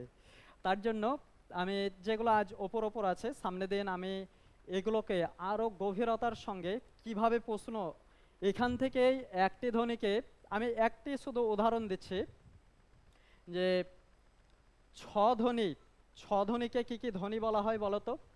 ছ ধ্বনি, আমি ধরো এটা নিলাম, বললো যে ছ ধ্বনির বৈশিষ্ট্য হলো, ছ ধ্বনি এক হচ্ছে মহাপ্রাণ ধ্বনি হবে, অঘোষ হবে, আবার দেখো এদিক থেকে তালব্য ধ্বনি হবে, আবার এদিকে চ বর্গের ধ্বনি হবে। একটি ধ্বনি 4 প্রকারের ভাবে ও অবস্থান নিয়ে 4 রকম ও বৈশিষ্ট্য নিয়ে বসে আছে। এগুলোও যখন আস্তে আস্তে যখন বলবো, তখন তোমাদের আরো সহজ হয়ে যাবে। তোমাদেরকে এই যে বললাম 10টি, এই 10টি অঘোষ ধ্বনি আছে, এই 10টি অঘোষ ধ্বনি তো বলে দিল, এবার আরো তোমাদেরকে ইঙ্গিত করে দেবে যে বলো তো, অঘোষ ধ্বনি তো আমাদের এই স্পর্শ ধ্বনিতে 10টি আছে, তার মধ্যে অঘোষ মহাপ্রাণ কোনগুলো আছে? তখন দেখো 10টি থেকে আরো 5টি কমে গেল, তখন এই স্যারটা বলতে হবে। বুঝতে পারলে? এইভাবে তোমাদেরকে আমি আরো ক্লাস আরেকদিন করাবো, তাহলে ধ্বনি বর্ণ আশা করি শেষ হয়ে যাবে। বলো, কিছুটা বোঝা গিয়েছে তো? এভাবে ক্লাস হলে বোঝা যাবে। তাহলে এভাবেই করব, মানে বিভিন্ন তোমরা যেমন ভাবে বলবে ক্লাস, আমি সেভাবে, আমি আরো তাড়াতাড়ি এগুলো ক্লাস করে চলে যেতে পারতাম, আমি অনেক বক বক করি তোমাদের ভালোর জন্য, বা কারো আবার বিরক্তও লেগে যায়। বিরক্ত, আমি চাই যে এখানে 15 জন বা 17 জন বা 20 জন 20 জন যতই থাকবে, সবাইকে যেন সমানভাবে আমি বোঝাতে পারি। একজন না বুঝলে আমারই খারাপ লাগে যে ও বুঝলো না, এটা। তা আশা করি এইটুকু বুঝতে পেরেছো। আর এমন কিছু না, কণ্ঠধ্বনি মানে হচ্ছে বর্গের, এগুলো কণ্ঠধ্বনি। তালব্য হচ্ছে চ ছ। সামনে দিন আমি বলবো, সামনে দিন। এটা অনেক, আজকের পড়া অনেক হয়ে গিয়েছে মনে হবে। এই কয়েকটি স্লাইড, তুমি বাংলা ব্যাকরণের বই খুলবে, দেখবে কতগুলো পেজ পড়া হয়ে গিয়েছে। বুঝতে পারলে? এগুলো সামনে দিন একটু দেখবে, তাহলে আশা করি বুঝতে পারবে। হ্যাঁ, গুড। এখানে এই যে চিহ্নটি রয়েছে, এটিকে হস চিহ্ন বলা হয় বা হসন্ত বলা হয়। এই হস চিহ্নর, হস কেন এই জায়গাতে আমি এটা দিয়েছি কেন, একটাই ভালো প্রশ্ন করেছে। আম আহ সব বর্ণে, ব্যঞ্জন বর্ণে সবই হবে। হ্যাঁ, ব্যঞ্জন বর্ণে ওই যে অনস্বর বিসর্গ যেগুলো আছে সেগুলো বাদে হবে। এগুলি থাকার কারণ হচ্ছে একটি, এখানে আমি একটু লিখি যে ক, এই দুটোর মধ্যে কোনো পার্থক্য আছে? হ্যাঁ, হ্যাঁ, হ্যাঁ। যখন আমাদের কয়ের নিচে কোনো হস চিহ্ন থাকবে না, তখন আমি যদি একে বর্ণ বিশ্লেষণ করি, ক হস যোগ অ হবে। আর যদি কয়ের নিচে হস থেকেই যায়, তাহলে এ জাস্ট এটাই আছে, এর সাথে কোনো স্বর নেই। এখানে যতগুলো নিচে আমি হস দিয়ে রেখেছি, প্রত্যেকটির সঙ্গে কোনো স্বর যুক্ত নেই। আর স্বরযুক্ত না থাকলে এগুলো উচ্চারণ করা যায় না, একটি স্বরধ্বনি নিয়ে এসে উচ্চারণ করতে হয়। তাই এগুলো আমি দেখানোর জন্য এগুলো লিখেছি। এগুলো যখন উচ্চারণ করব, অটোমেটিক একটি স্বরও নিয়ে নেবে, তারপর উচ্চারণ হবে। এই ছিল। আর এগুলোই আছো না, আর কেউ আছে? আসেনি আজ? বাংলা ব্যাকরণ, এটি বিজ্ঞান এক ধরনের, এটি এক ধরনের ম্যাথ, তোমরা মনে করতে পারো। ম্যাথ এখানে অঙ্ক এই সংখ্যা দিয়ে করিনি, কিন্তু এখানে যে সূক্ষ্ম সূক্ষ্ম বিষয়গুলো আছে, লজিকগুলো আছে, সেগুলো ম্যাথের মতো। এগুলো আজ বললাম তো সহজ, তুমি এক সপ্তাহ পর নিজে পড়তে যাবে, তখন অনেকগুলো ভুলে গিয়েছো। তার জন্য ম্যাথ যেরকম রেগুলার প্র্যাকটিস করতে হয়, এগুলো মাঝে মধ্যে দেখবে। আশা করে অতটা তোমাদেরকে দেখতে হবে না, অল্প দেখলে হয়ে যাবে। আমরা তাহলে বর্ণের ক্লাস, ধ্বনি বর্ণ ক্লাস এখানে সমাপ্ত করছি। কটা বাজলো? আমার আবার ক্লাস করাতে লাগলে সময় 12টায়, এই ক্লাসটা 12টা পর্যন্ত হবে।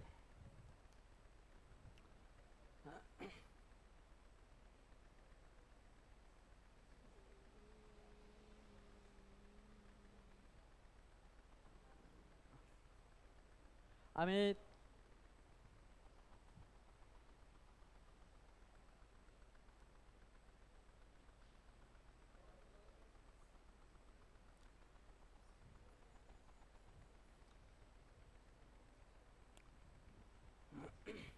এগুলো নিজেকে আলোচনা করব, এখানে পড়ার তেমন কিছু নেই।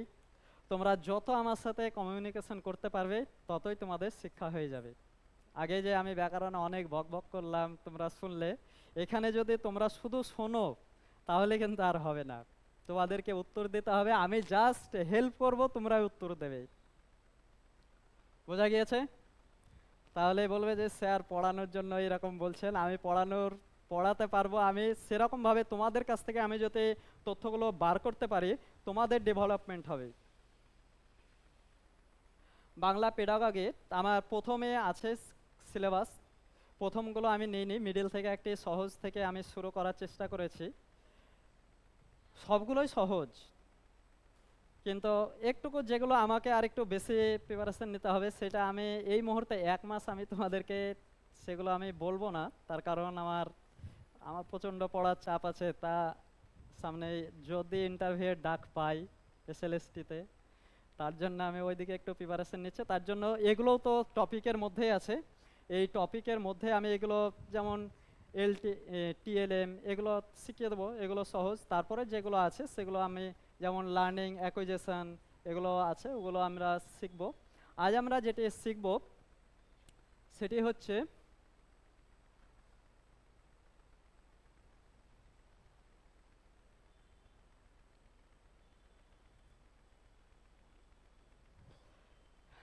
বাংলা পেডাগজি বিষয়টা কি, যে বৈচিত্র্যযুক্ত শ্রেণীকক্ষে ভাষা শিক্ষণ। বৈচিত্র্য মানে কি,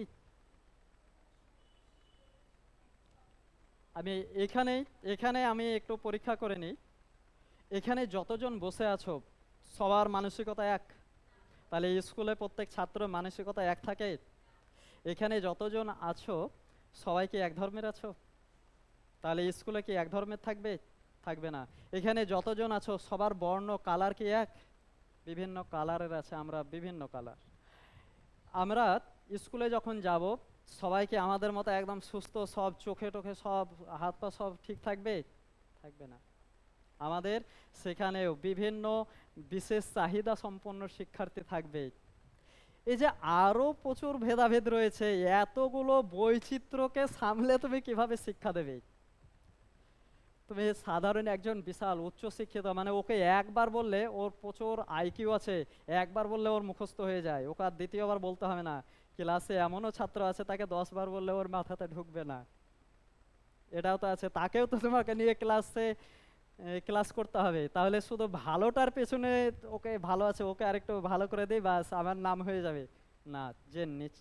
যে একটু যার আইকিউ একটু কম আছে, যার একটু বুঝতে অসুবিধা হয়, তাকেও কিভাবে সামঞ্জস্য করে তাকে ক্লাসে শিক্ষা দেবে, সেটাই হচ্ছে বৈচিত্র্যযুক্ত বৈচিত্র্যযুক্ত শ্রেণীকক্ষ।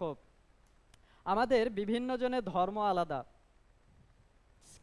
ক্লাসে গিয়ে দেখবে যে একজন মুসলিমের পাশে একজন হিন্দু বসতে চাইছে না, একজন মুসলিমের পাশে একজন হিন্দু বসতে চাইছে না, বা একজন আদিবাসী আছে ওর পাশে কোনো হিন্দু বা মুসলিম বসতে চাইছে না। এগুলো তো তোমাকে সামলাতে হবে ওখানে, এমনি তো হয়ে যাবে না। ও ঝামেলা ওরা সৃষ্টি করবে ওখানে, ওরা ছোট, ওগুলো ওরা অত বুঝবে না। তোমাকে কিভাবে ওদেরকে ওদের মানসিকতাকে কিভাবে উন্নত করবে, যে সব মানুষই সমান, এখানে কোনো ধর্মের ভেদাভেদ নেই, এটিকে বুঝিয়ে তুমি ক্লাস করবে, সেগুলোই হচ্ছে বৈচিত্র্যযুক্ত বৈচিত্র্যময় শ্রেণীকক্ষ হবে ওগুলো। তুমি কি বহরমপুরে পোস্টিং পাবে সব সময়? তোমার পোস্টিং হয়ে গেল পশ্চিমবঙ্গ আর ঝাড়খণ্ডের মিডিলে, বর্ডারে। তোমার তো ঝাড়খণ্ড থেকেও তো কিছু আসতে পারে। আবার দেখবে যে জায়গাতে তোমার বর্ডার রয়েছে, এক এক রাজ্য বা এক দেশের ভাষা আলাদা, অন্য দেশের ভাষা আলাদা, ওই বর্ডার যেখানে এলাকা আছে সেখানে দেখবে যে শিক্ষার্থীরা তারা দুটো ভাষাও জানতে পারে বা একটি ভাষা জানতে পারে। ওখানে একাধিক ছাত্র একাধিক ভাষা জানতে পারে। বুঝতে পারলে? তখন তুমি সেখানে কিভাবে হ্যান্ডেল করবে ক্লাসগুলোকে। ক্লাসে চলে গেলে আমি এখন তোমরা সবাই একরকম, এখানে বহরমপুর বা আশেপাশে আমাদের ভাষাটা এরকম, আমি একরকম ভাবে বলছি সবাই বুঝতে পারছে। আমি ধরো একটি সহজ উদাহরণ বলছি, যে ঝাঁটা, আমি ধরো একটা উদাহরণ নিলাম, ঝাঁটা। আমাদের এদিকে ঝাঁটা বলে, আমি ঝাঁটা বললাম সবাই বুঝতে পারলো। আমি ঝাড়খণ্ডের আমার বর্ডার হয়ে গেছে দিয়ে আমি ঝাঁটা বলছি, তার ছাত্ররা আর বুঝতে পারছে না। না, সমস্যা। এবার ওদেরকে কি করে বোঝাবে? তখন তো আমাদের কর্তব্য হবে যে ওই ঝাঁটাকে ওই এলাকায় কি বলে, একটি বইয়ে লেখা আছে, আমি পড়াচ্ছি, দিয়ে ঝাঁটা লেখা আছে, ঝাঁটা লেখা আছে, দিয়ে ওরা বুঝতে পারছে না, তুমিও জানো না যে ওদের ভাষাতে ঝাঁটাকে কি বলে। তখন এবার তুমি উপস্থাপন কি করে করবে? তোমার তখন ক্লাসটি কি হয়ে যাবে? বিশৃঙ্খলা সৃষ্টি হয়ে যাবে। বিশৃঙ্খলা হয়ে যাবে না? আমি পড়াচ্ছি, ছাত্ররা অবস্থা আছে না হা করে কি বুঝছে, ওরাও জানে না আমি কি বলছি, তা ওরা বুঝতে পারে না, তখন ক্লাসটা কি সার্থক হবে? হবে না। তার জন্য আমাদের ক্লাসকে সার্থক করার জন্য আমাদেরকে এতগুলো বিষয়কে মাথায় রেখে ক্লাস করাতে হবে। তবেই ক্লাসটি হবে সার্থক এবং ছাত্ররাও উপকৃত হবে। তাই আমাদের আজকের বিষয় হচ্ছে বৈচিত্র্যযুক্ত শ্রেণীকক্ষে ভাষা শিক্ষণ। তাহলে বুঝতে পারলে বৈচিত্র্য বলতে কি বোঝানো গেল? এগুলোই হচ্ছে বৈচিত্র্য। এবার তুমি কিভাবে ভাষা শিক্ষা দেবে? চলো, জল আছে, জল খেতে হবে গো।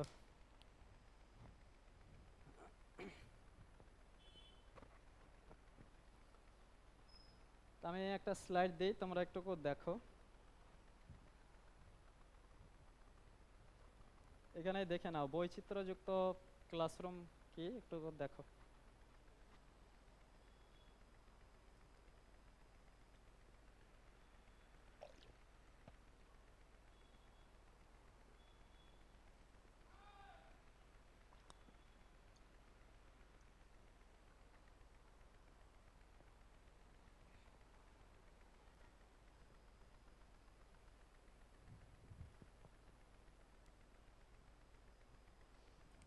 দেখো আমরা ক্লাস যখন আলোচনা করেছি, দেখো অনেকগুলো কিন্তু আমি তথ্য বলে দিয়েছি, নেই এগুলো, এগুলোই আছে। আমরা বলেছি এই ক্লাসটি ব্যাকরণের মতো করব না, আমরা নিজেরা, আমিও শিক্ষার্থী, আমিও কোনো জায়গাতে, আমিও প্রতিষ্ঠানে নেই।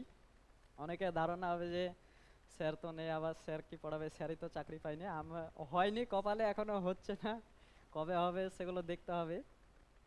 যে বৈচিত্র্যযুক্ত, এরা দেখে নেবে যে আমি বলেছি যে বিভিন্ন ভাষাভাষী থাকতে পারে, বর্ডার এলাকাতে এটি বেশি আমাদের লক্ষ্য করা যায়। আর কি, যে বিভিন্ন সংস্কৃতি, বিভিন্ন সংস্কৃতি বলতে আমাদের যে হিন্দু, মুসলিম বা খ্রিস্টান, জৈন যত ধর্ম আছে তাদের কিন্তু সংস্কৃতি আলাদা।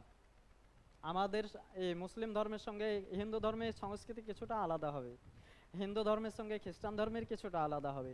এরকম আলাদাপূর্ণ, তারা গিয়ে কিন্তু তাদের মানসিকতা সেরকম থাকবে। ও স্কুলে চলে গেল মানে আমি সাধারণ শিক্ষার্থী, ওর কিন্তু মানসিকতা তখন সেটা থাকবে না। আর কি, যে ধর্মীয় বিশ্বাস সম্পন্ন শিক্ষার্থী, কিছু কিছু ছাত্র আছে দেখবে ধর্মের প্রতি প্রচুর, এই তো ও ছোট, ও তো জানে না, তোদের ধর্ম হচ্ছে সব থেকে ছোট, আমাদের ধর্মটা সব থেকে বড়, ঝামেলা সৃষ্টি হয়ে গেল। তো এবার তোমরা আছো শিক্ষক, ওখানে গিয়ে কিভাবে সামাল দেবে, এগুলো হচ্ছে পেডাগগি। ইন্টারভিউ জিজ্ঞাসা করবে যে দুটো শিক্ষার্থীর মধ্যে ধর্মীয় বিবাদ নিয়ে ঝামেলা সৃষ্টি হয়ে গেছে, তখন এবার তুমি কিভাবে সামাল দেবে, তোমার তখন সেই জায়গাতে আপনার কর্তব্য কি বলুন, এগুলো থাকবে।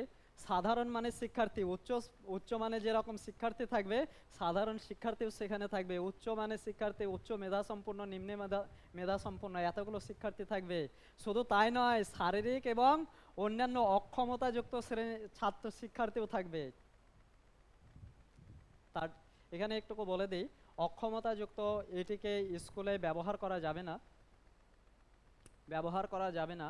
এখন এটির একটি টার্ম ইউজ করা, টার্ম এখন ব্যবহার করা হয়, সেটি হচ্ছে বিশেষ চাহিদা সম্পন্ন শিশু। ওকে যদি বলে এই হ্যান্ডিক্যাপ ছেলে, শুনে যাও, ও, ওর মানসিকতা কি হবে, ও যা একটু মেন্টালি ছিল শেখার, আরও ওখানেই শেষ। কিন্তু আমি যদি বলি বিশেষ চাহিদা সম্পন্ন শিক্ষার্থী, ও তো বুঝতেই পারবে না, তখন আমাকে মনে হয় কিছু ভালো বলছে, এই ধারণা হবে যে স্যার আমাকে মনে হয় অন্য কোনো ভালো শব্দ ব্যবহার করছে যেটা অন্য ক্ষেত্রে ব্যবহার করে না, এইরকম ছাত্রদেরকে বলতে হবে। ডিসলেসিয়া, ডিসলেসিয়া মানে কি, মানে পঠনে অক্ষমতা, পঠনে অক্ষমতা। দেখবে কিছু শিক্ষার্থী আছে যারা ঠিক মতো পড়তে পারবে না, যারা দেখবে এখানে ইংরেজিতে যেরকম আছে P R Q, এরাকে P K Q বলবে, কিউ কে পি বলতে পারে, বা আরও আছে ডি আর বি, বি কে ডি বলছে, ডি কে বি বলছে, এরকম কিন্তু তোমাদের থাকবে। তাহলে এইগুলো যেগুলো পঠনে, এইগুলোই হচ্ছে ডিসলেসিয়া, যে পঠনে অক্ষমতা রয়েছে। সে শিক্ষার্থীগুলোকেও মাঝে মধ্যে তাদেরকে পাশে বসিয়ে বা বিশেষ এই এখানে মানে বিশেষ চাহিদা সম্পন্ন শিশুদেরকে শিক্ষা দেওয়ার জন্য একজন স্পেশাল এডুকেটর থাকে, তার কাছে পরামর্শ করে এদেরকে ক্লাস দিতে হবে।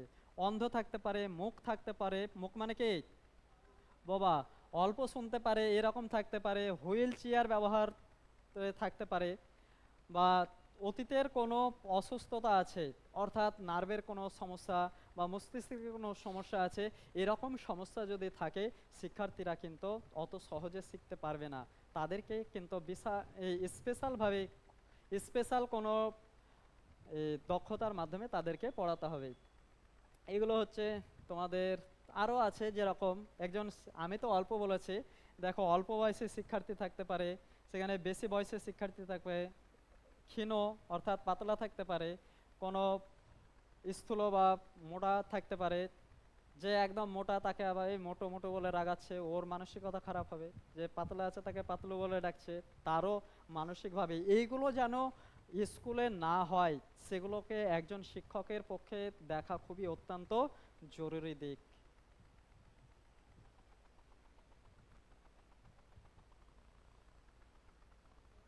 বৈচিত্র্যযুক্ত শ্রেণীকক্ষের এগুলো যে বৈশিষ্ট্যগুলো, এগুলোই হচ্ছে যেগুলো বলেছি সেগুলোই ব্যাখ্যা করা আছে, এটা আর আমি বলছি না।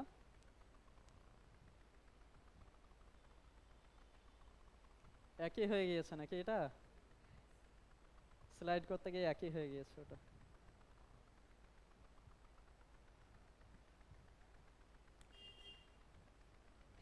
দেখো আমাদের অনেক শিক্ষার্থী আছে, এখানে অনেকে আছে যে বিভিন্ন দিকে বিভিন্নভাবে দক্ষতা আছে, নেই? আমারে আমারে এখানে আমি যদি বলি যে আমি এত সুন্দর করে তাও এক একটু বলছি, এখন যদি আমাকে বলতে বলা হয় একটা এখানে স্পিচ দেন, তো আমি আর পারবো না এখানে, আমার দ্বারাতে অতটা আর ভালো হবে না। এক একজনের এক এক রকম, আমার শব্দ চয়ন সব কিছু ঠিক থাকলেও বলার এক্সপ্রেশন বা ভঙ্গিমা কিন্তু আমাদের থাকে না, এর ক্ষেত্রে কিন্তু শিক্ষাক্ষেত্রে একটা প্রভাব পড়তে পারে। আমি ধরো আমাদের একটা স্যার একটা গল্প করতেন যে একটি শিক্ষার্থী আছে যে এত উচ্চ মেধা সম্পন্ন শিক্ষার্থী যে ওর গোটা বইয়ে এক ধরনের মুখস্থ, কিন্তু স্যার যখনই ওকে প্রশ্ন, ও দাঁড়িয়ে প্রশ্ন জিজ্ঞাসা করতো, ও আর উত্তর দিতে পারতেন না। আবার পাশের জনকে তুলিয়েছে, এই বল এই উত্তরটা কি, ও দাঁড়িয়ে থেকে বা বসে থেকে ওকে উত্তর বলে দেয়, ওকে বলে দেয়, কিন্তু ওকে নিজে যখন বলতে বলে তখন আর পারে না। ওর সব কিছু আছে, সব জ্ঞান ত্যান যত যা সব আছে, কিন্তু বলার যে ভঙ্গিমা বা এক্সপ্রেশন সেগুলো কিন্তু নাই। এটাও কিন্তু একটা শিখনে অক্ষমতা ওর। আর তোতলামি, তোতলামি তার জিহ্বার বা কোনো কারণ থাকলে তোতলামি করলেও সে কিন্তু সঠিকভাবে শিখতে পারবে না। আবার কোনো কোনো ক্ষেত্রে অক্ষর মনে রাখতে পারে না, ডি, সরি এখানে ডিকে বি হতো, ডিকে বি বা বিকে ডি দেখে, এরকম হয়। আর ভাষার অসুবিধার জন্য নিজেকে গুটিয়ে রাখে, বেশি কথা বলতে চায় না।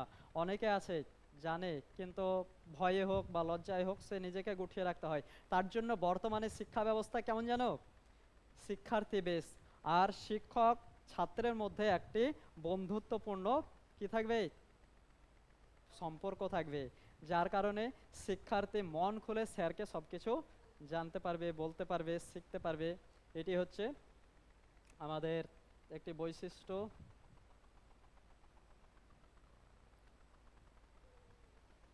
এইবার এখান থেকে যে এতগুলো যে বৈচিত্র্য আমরা পড়ার মাধ্যমে অনেকগুলো বলে নিয়েছি, একটুকু জাস্ট বলবো যে এতগুলো যে বৈচিত্র্য আছে, একজন শিক্ষক হিসাবে এটাই জিজ্ঞাসা করবে পরীক্ষায় যে আপনি কিভাবে এটিকে কন্ট্রোল করবেন, কিভাবে তাদেরকে শিক্ষা দেবেন, কোন পদ্ধতিতে তাদেরকে শিক্ষা দেবেন, কিভাবে শিক্ষা দিলে তারা বুঝবে, এগুলোই হচ্ছে এখানকার মূল বৈশিষ্ট্য। দেখো যে ভাষার অসঙ্গতি ঠিক কী কারণে ঘটে ঘটে থাকে তা বেশিরভাগ ক্ষেত্রে খুঁজে পাওয়া যায় না।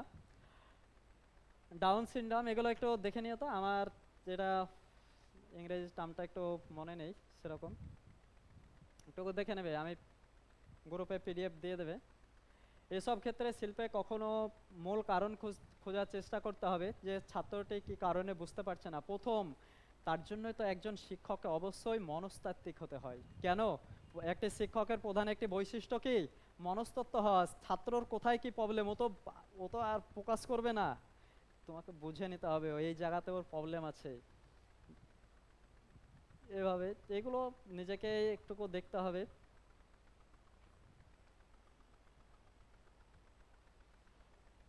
সব বলে দিয়েছি ছোট ছোট করে, যে প্রত্যেক শিক্ষার্থী স্বতন্ত্র চিহ্নিত করা, যে প্রত্যেকটা ব্যক্তিকে কি করতে হবে, শিক্ষার্থীকে স্বতন্ত্র চিহ্নিত করা, কোন ছাত্রের কোন রুচি আছে, মূল্যবোধ বোধ আছে, এগুলো। এর পাশাপাশি কোন ছাত্র কোন রোগে ভুগছে, কোন কারণে পড়া বুঝতে পারছে না, এগুলো কিন্তু একজন শিক্ষককে সেগুলো কি করতে হবে, বেছে নিতে হবে।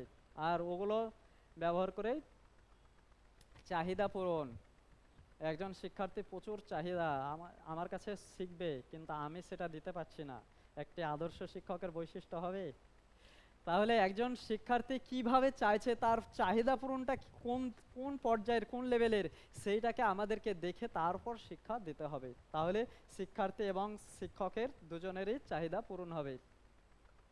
শিক্ষণ পদ্ধতির ব্যবহার, বিভিন্ন ছাত্র তো আছে, আমি বললাম বর্ডার এলাকাতে আমার পড়ে গেল, তখন আমি কিভাবে শিক্ষা দেব।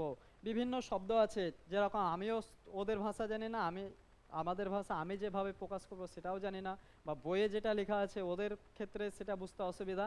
তার জন্য একটি টিএলএম ব্যবহার করতে হবে। টিএলএম এ ধরো কোনো একটি শব্দ আমি যেরকম ঝাঁটা বললাম, ওখানে ওই এলাকার ছেলেরা কি বলে বা লোকে কি বলে সেইটা পাশে অর্থটি লিখে দিতে হবে।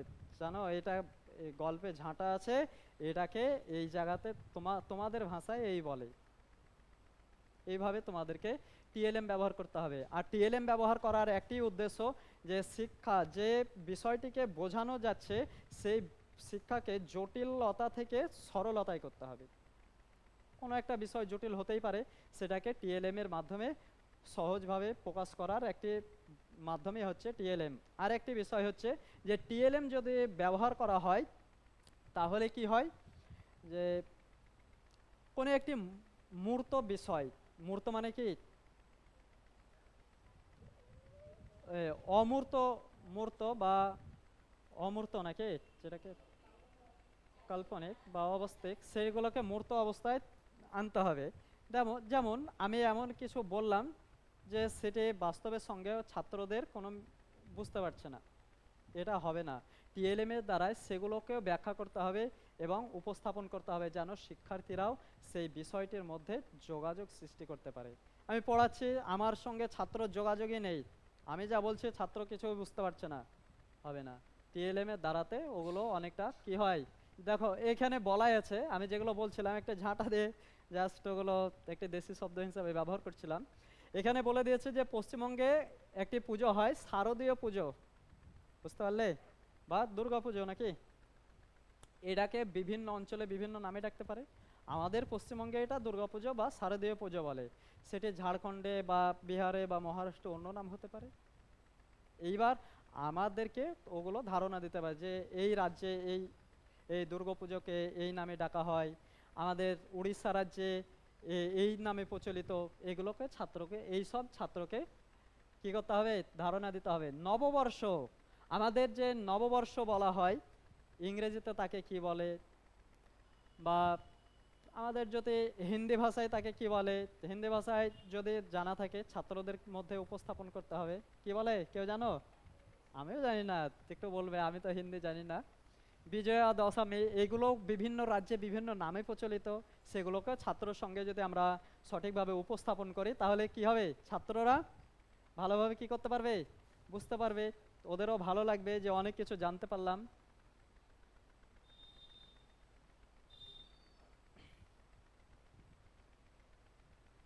উদাহরণ ও বিবৃতি, উদাহরণের মাধ্যমে যে শব্দের বৈচিত্র্য, একটি শব্দকে আরও যে, আমি যদি বলি চোখ, চোখের আর কি কি নাম আছে, চোখকে আর কি কি নামে ডাকা যায়, আঁখি, লোচন, এগুলো। আবার উচ্চারণের ভঙ্গি, উচ্চারণের ভঙ্গিও কিন্তু অনেক সময় অর্থ বদলে দেয় জানো। আহ আমি এই কাজটা, আমি এই কাজটি করতে পারবো না, আমি কি এই কাজটি করতে পারবো না, যখনই জোর দিয়ে একটুকু বলা হবে একই বাক্য, যখন জোর দিয়ে বলা হবে তখন একরকম অর্থ হয়ে যাবে, আমি কাতর অনুরোধে যখন বলবো তার অর্থ অন্যরকম হয়ে যাবে। এগুলোকে ছাত্রকে বোঝাতে হবে, তাহলে শিক্ষার্থীরা বুঝবে। আমি প্রশ্ন উত্তরের জায়গাতে যাচ্ছি, যে শিক্ষকের কি সমস্যা সমাধান কিভাবে শিক্ষা করতে পারবে। ওই যে বললাম যে দুর্বল ছাত্র যারা থাকবে তাদেরকে একটু বেশি সময় দিতে হবে, বিভিন্ন শিক্ষা শিক্ষা সহায়ক উপকরণ ব্যবহার করতে হবে, তাহলে ছাত্ররা বুঝতে পারবে। সবাইকে একসঙ্গে নিয়ে সক্রিয় সক্রিয় ভিত্তিক পাঠ একটি দারুণ বিষয়। সক্রিয় ভিত্তিক পাঠ মানে কি জানো? হ্যাঁ, কোনো একটি কবিতা বা কোনো একটি গান ম্যাডাম আছে, ড্যান্সের মাধ্যমে হোক, আবৃত্তির মাধ্যমে হোক, গানের মাধ্যমে ছাত্রদেরকে পড়াচ্ছে, সেখানে কিন্তু ছাত্রছাত্রীরা বেশি কি হয়, আকৃষ্ট হয়। এটি হচ্ছে সক্রিয় ভিত্তিক পাঠ। বিশেষ চাহিদা সম্পূর্ণ শিক্ষার্থীদের জন্য বিভিন্ন ধরনের আমরা টিএলএম ব্যবহার করব বা তাদের বিভিন্ন পদ্ধতিতে পড়াবো। এভাবে পড়ালে শিক্ষার্থীরা আগ্রহী হয়ে উঠবে। চলো, আমি কিছু প্রশ্ন এখানে রেখেছি। শিক্ষার্থীর একসঙ্গে সব ব্যাপার বুঝতে না পারার কারণ কি, কোন কারণের জন্য সব না বুঝতেও পারে?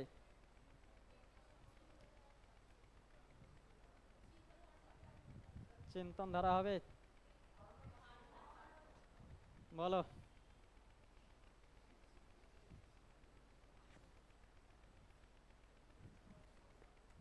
আর শিক্ষক মহাশয় পিছিয়ে পড়া ছাত্রদের নিয়ে কি করবেন? চারটে অপশন আছে। একটিও হবে না, এগিয়ে নিয়ে যাবেন, চুপ করে থাকবেন, মানে এই শিক্ষক পিছিয়ে পড়া ছাত্র আছে, শিক্ষক ও যেমন আছে আছে এগিয়ে নিয়ে যাও, অবশ্যই এগিয়ে নিয়ে যাবেন। শুধু এখানে বিশেষ কৌশল এগিয়ে নিয়ে যাবেনও আছে, বুঝতে পারলে? আবার একটি অপশনে আছে যে বিশেষ কৌশল অবলম্বন করে তাদেরকে এগিয়ে নিয়ে যাবেন। তখন কিন্তু এই উত্তরটা আর হবে না, তখন ওই উত্তরটা যেটি যত কংক্রিট ধারণা থাকবে যে অপশনের মধ্যে, সেইটিকে আমাদেরকে আগে নিতে হবে। শিক্ষার্থীর একসঙ্গে সব ব্যাপার বুঝতে না পারা, এটি হচ্ছে তোমার ব্যক্তি বৈষম্য। ব্যক্তি বৈষম্যের কারণে এটি সব না বুঝতেও পারে। আর পিছিয়ে পড়া ছাত্রদের ব্যাপারে শিক্ষক কি চিন্তা করবেন? পিছিয়ে পড়েছে এই ছাত্রছাত্রীর জন্য শিক্ষক কি করবেন? পিছিয়ে পড়ার কারণ অনুসন্ধান করবেন। এখানে দেখো যে যেগুলো আছে এগুলো অপশনে তো আসবেই না। এটি শিক্ষকের পরিবেশনের ভঙ্গি হবে সহজ সরল জটিল, সহজ সরল।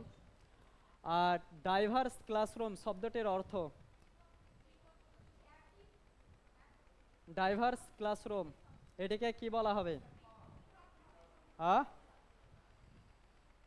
গুড, এটাই হবে পৃথক বুদ্ধিসম্পন্ন ছাত্রছাত্রীকে ডাইভার্স ক্লাসরুম বলা হয়।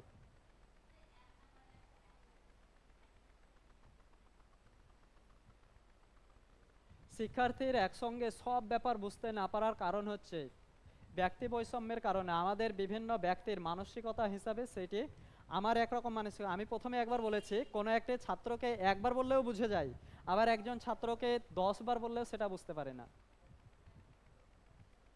এই জন্য ব্যাপারটি কিভাবে শিক্ষার্থীরা প্রত্যাশিত ফল লাভ করতে পারেন? অধিক মাত্রায় শাস্তি দিয়ে। কি হবে? ক্রমাগত অনুশীলন। অনুশীলন যত করাবো ততই তাদের ফলাফল কি হবে? ভালো হবে। শিক্ষার্থীর অগ্রগতি হয়েছে কিনা তৎক্ষণাৎ কিভাবে বোঝা যাবে? এখানে দুটো উত্তর নিচ্ছে, এটাও হবে এটাও নিয়েছে, লেখা ও বলার ব্যবস্থার মাধ্যমে তৎক্ষণাৎ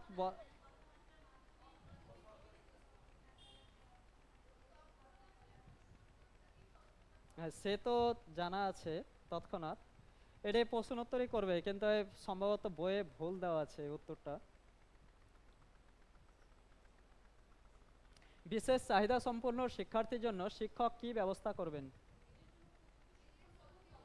এদের জন্য উপযুক্ত শিক্ষণ পদ্ধতি অবলম্বন। একজন শিক্ষার্থী কোনো প্রশ্নের উত্তর জানা না থাকলে, একজন শিক্ষার্থী কোনো প্রশ্নের উত্তর জানা সত্ত্বেও ঠিকমতো বলতে পারছে না, এটি কি ধরনের? এটা হবে প্রকাশমূলক অপসঙ্গতি। এটাও একটি অধ্যায় আছে, যে সেটিও তোমাদেরকে, এটাও একটি অধ্যায় আছে, তোমাদেরকে আমি বলে দেব, তখন বুঝতে পারবে প্রকাশমূলক গ্রহণমূলক কোনগুলো। নিচের কোনটি প্রকাশমূলক অসঙ্গতির উদাহরণ? উদাহরণ কোনটি?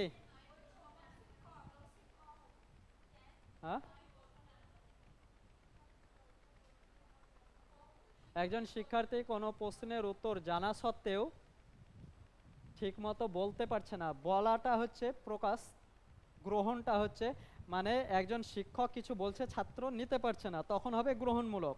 আর যখন তাকে বলতে বলা হয়েছে ঠিকমতো বলতে পারছে না, প্রকাশ করতে পারছে না, তখন হয়ে যাবে প্রকাশমূলক অসঙ্গতি।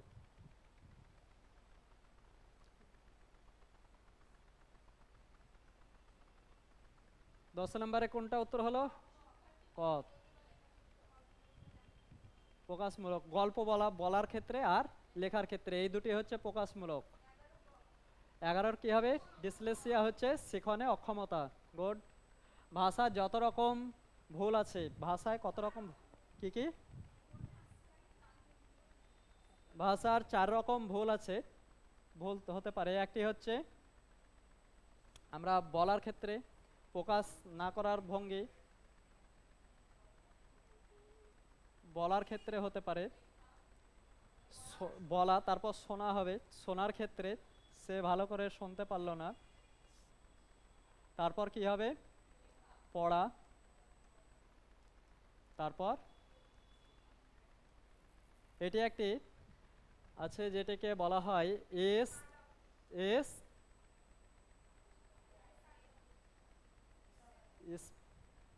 স্পিক, বলা, আগে শোনা, সরি আগে শোনা হবে, শোনার ইংরেজি কি, লিসটেনিং, এল এস আর ডাব্লু। এটি সিরিয়ালটি ভালো করে মনে রাখবে, সবাই জানো আশা করি।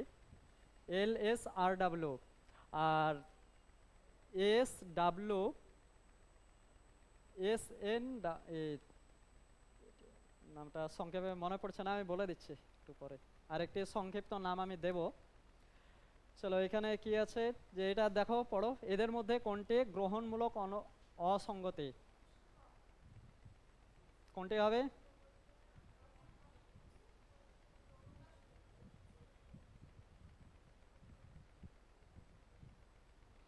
তাহলে এদের মধ্যে কোনটি গ্রহণমূলক, গ্রহণ অর্থাৎ কোনটিতে গ্রহণ করছে, দেখো জটিল বাক্য বুঝতে না পারা, তাহলে তো গ্রহণ করতে পারছে না জটিল বিষয়, তার জন্য এটি হয়ে যাবে খ।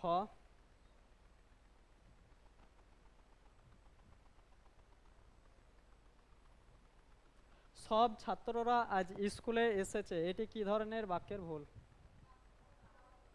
হ্যাঁ কোথায় ভুল আছে বলো, দারুণ একটি কোশ্চেন এসছে, হ্যাঁ কি কোন জায়গাতে ভুল আছে, হুম,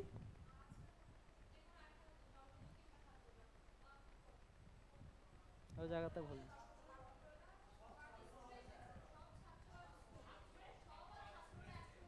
গুড গুড, ভালো একটা জায়গাতে ধরেছে যে সব ছাত্ররা, আমাদের বাংলার ক্ষেত্রে, ইংরেজির ক্ষেত্রে যখনই কোনো প্লুরাল হয় সাবজেক্ট, তখন তার প্লুরাল ভাব করতে হয়, কিন্তু আমাদের বাংলার ক্ষেত্রে যদি একটি কি হয় যে সব, এটাকে কি বলা হয়,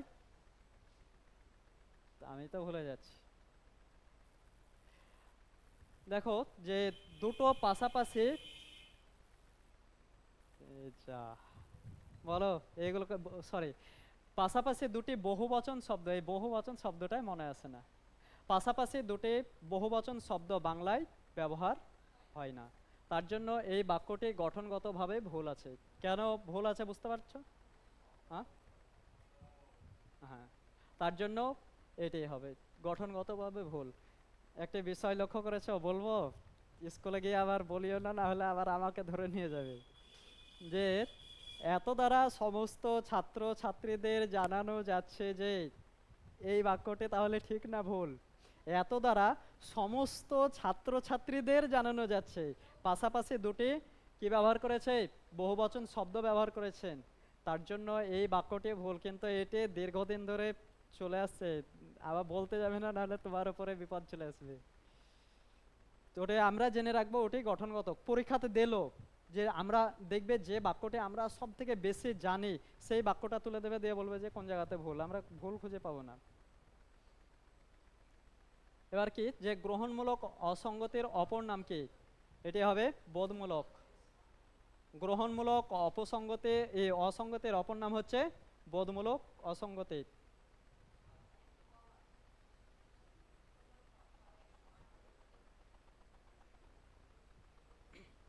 বৈচিত্র্যযুক্ত শ্রেণীকক্ষে একজন শিক্ষক কি করবেন,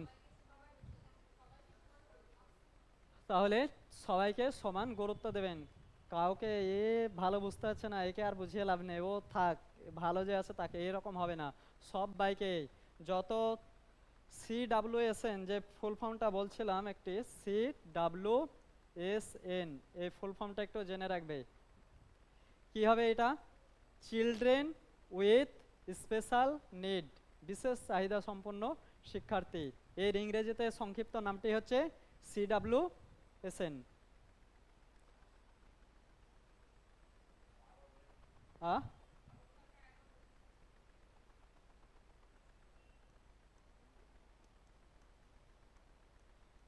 চিলড্রেন উইথ স্পেশাল,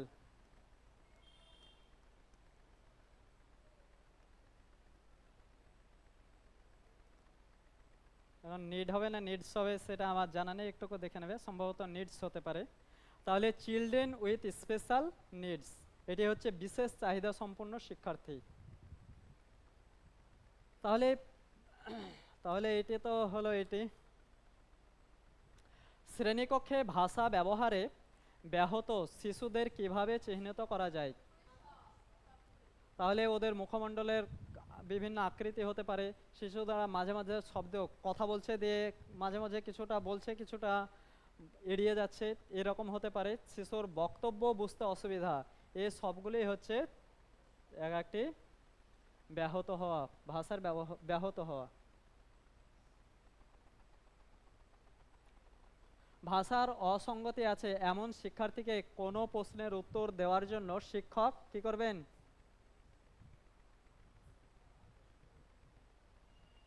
ভাষার অসঙ্গতি আছে এমন শিক্ষার্থীকে কোনো প্রশ্নের উত্তর দেওয়ার জন্য শিক্ষক কি করবেন?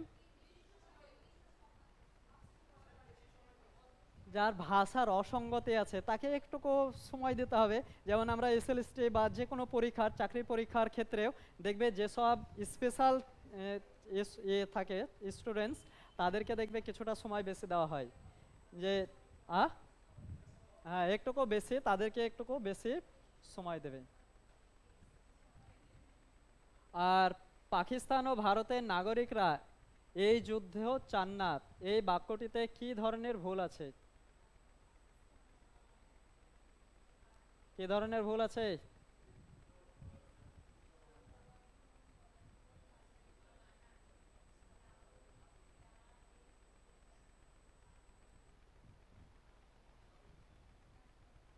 এটা আমাকে একবার দেখতে হবে। এটি ঠিক আছে, আমি এটি দেখে, আমি ব্যাকরণ বই দেখে আমি জানতাম এই মুহূর্তে ভুল বলা যাবে না, সরি।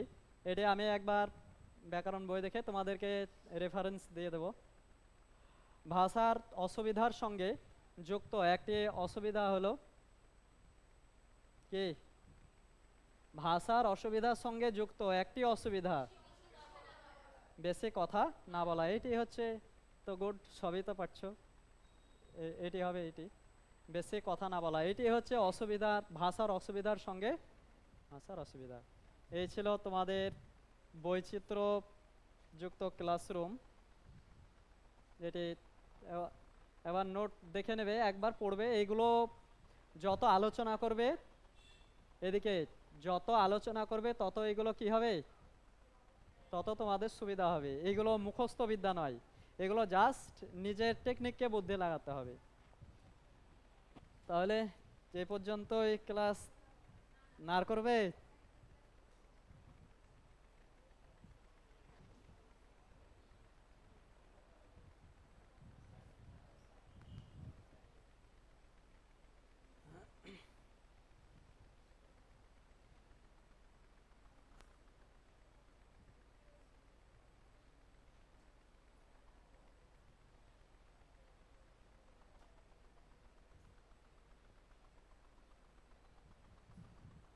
তাহলে এগুলো অফ কি করে করবে, জানা আছে কারো?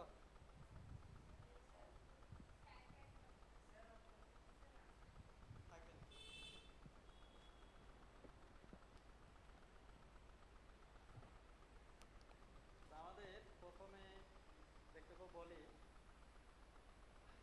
ক্লাস করার সময়তে যে কোনো স্কুলে বা কোনো প্রথম যেদিন জয়েন করবে বা করবে, তখন অবশ্যই ছাত্রদের সঙ্গে আলাপ আলোচনার মধ্যে এই আমি এসে একদম এত পড়িয়ে দিলাম ওটা করতে যাবে না, এতগুলো করতে গিয়ে তোমাদের নাম পরিচয় আমার জানা হয়নি, তখন একবার নিজে আলাপ আলোচনা হয়ে যাক। নাম বলার কোথা থেকে আসছো? বাংলা সাবজেক্ট কারো আছে নাকি তোমার? আর এমএ, তাহলে তো আমার এবার হার্ট বিট এবার বেশি বেড়ে যাবে। জানো তো? জানো না? ব্যাকরণগুলো, ব্যাকরণ তো সে মাধ্যমিকে পড়েছে, 11-12 ব্যাকরণে এই ধ্বনি চ্যাপ্টারটাই আছে শুধু। আর শেখার কোনো সেরকম নেই সুযোগ, সেই 9-10 যেগুলো পড়ে এসছে সেগুলোই আছে। আস্তে আস্তে হয়ে যাবে। এখন তোমাকে কিন্তু এগুলো অন্যান্যদের জাস্ট পরীক্ষা হয়ে গেলে ভুলে গেলে কোনো সমস্যা নেই, তো যতদিন এখন তুমি বেঁচে থাকবে ততদিন তোমাকে জানতে হবে এগুলো। বাংলা সাবজেক্ট, বাংলা কোন ক্লাসে এখন পড়া হচ্ছে? হ্যাঁ, এমএ। তাহলে তো সবাই বাংলাদেশে, আমাকে এবার একটু ভয় করতে হবে। তা বলো কোথা থেকে আসছো, নাম বলো। তো আমার কিন্তু একজনের নাম বলো। হ্যাঁ, আমার আমার নাম সাফরিদ আলী।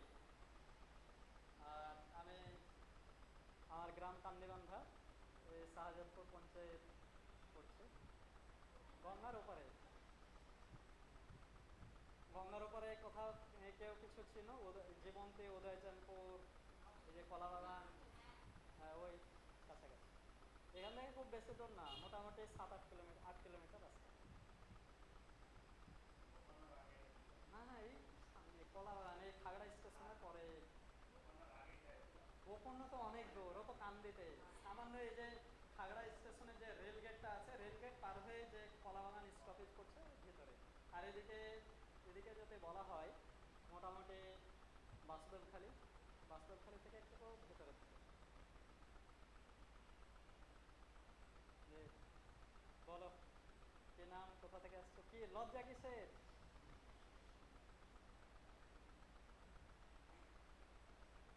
বলো, বলবে না? বলো, কি কি নাম বললো, জোরে বলো। সাকিবুর হাসান মণ্ডল। কোথায় বাড়ি? জিতপুর, বর্ধমান, দমকল। দম, আমি কানে কম শুনছি নাকি কে জানে, আমি আমার কথা সবাই শুনতে পাচ্ছ? তাহলে আমি শুনছি না, আমাকে ডাক্তার দেখাতে হবে। আমি সত্যি কানে একটু কম শুনে, বাড়িতেও বলো। দে বলো। হ্যাঁ, মহলন্দে, বা মহলন্দে চিনবো না কেন, মহলন্দের অনেককে চিনি। আরিফুল মাস্টার, হ্যাঁ আমার একসঙ্গে বিয়ে করেছি। তাহলে তো আরিফ স্যারে, এখন ওর ভাই কেমন আছে, অ্যাক্সিডেন্ট হয়েছে। ও তো, ও আছে রিটন, পুলিশের এসআই।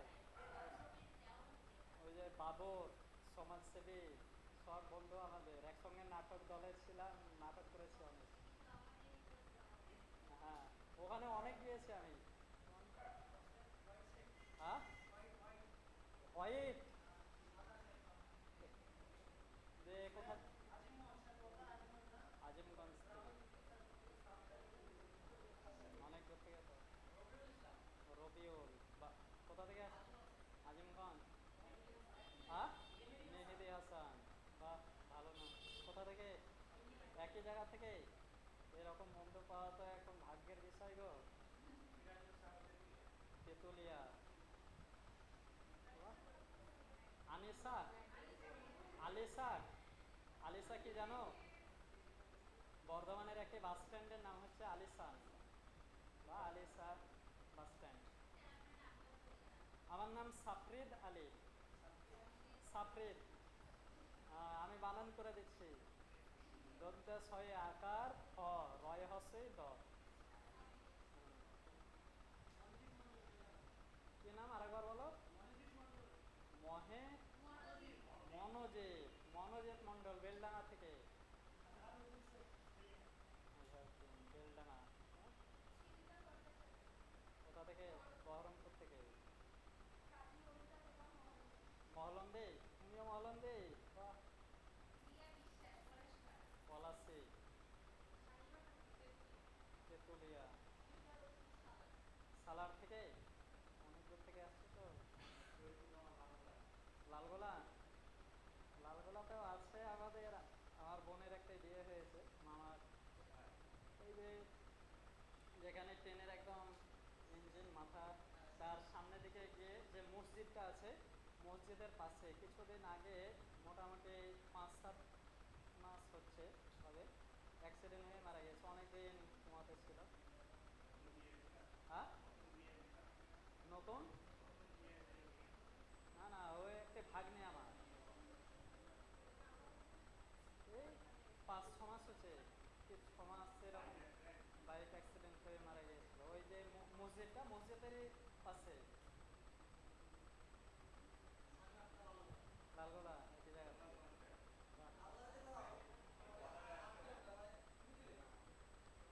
ঠিক আছে, অনেকে অনেক দূর থেকে আসছো, ভালো লাগলো। তা এখানে তাহলে ক্লাস শেষ করলাম। কারো কিছু কোয়ারি আছে আর কিছু জানার? যে ক্লাস মোটামুটি কিছু বুঝতে পেরেছো তো? এইভাবে তোমাদের সমস্ত যতগুলো চ্যাপ্টার মোটামুটি দরকার সমস্ত এভাবে দেওয়া হবে। আর ক্লাস কামাই করবে না, একদম প্রয়োজন ছাড়া।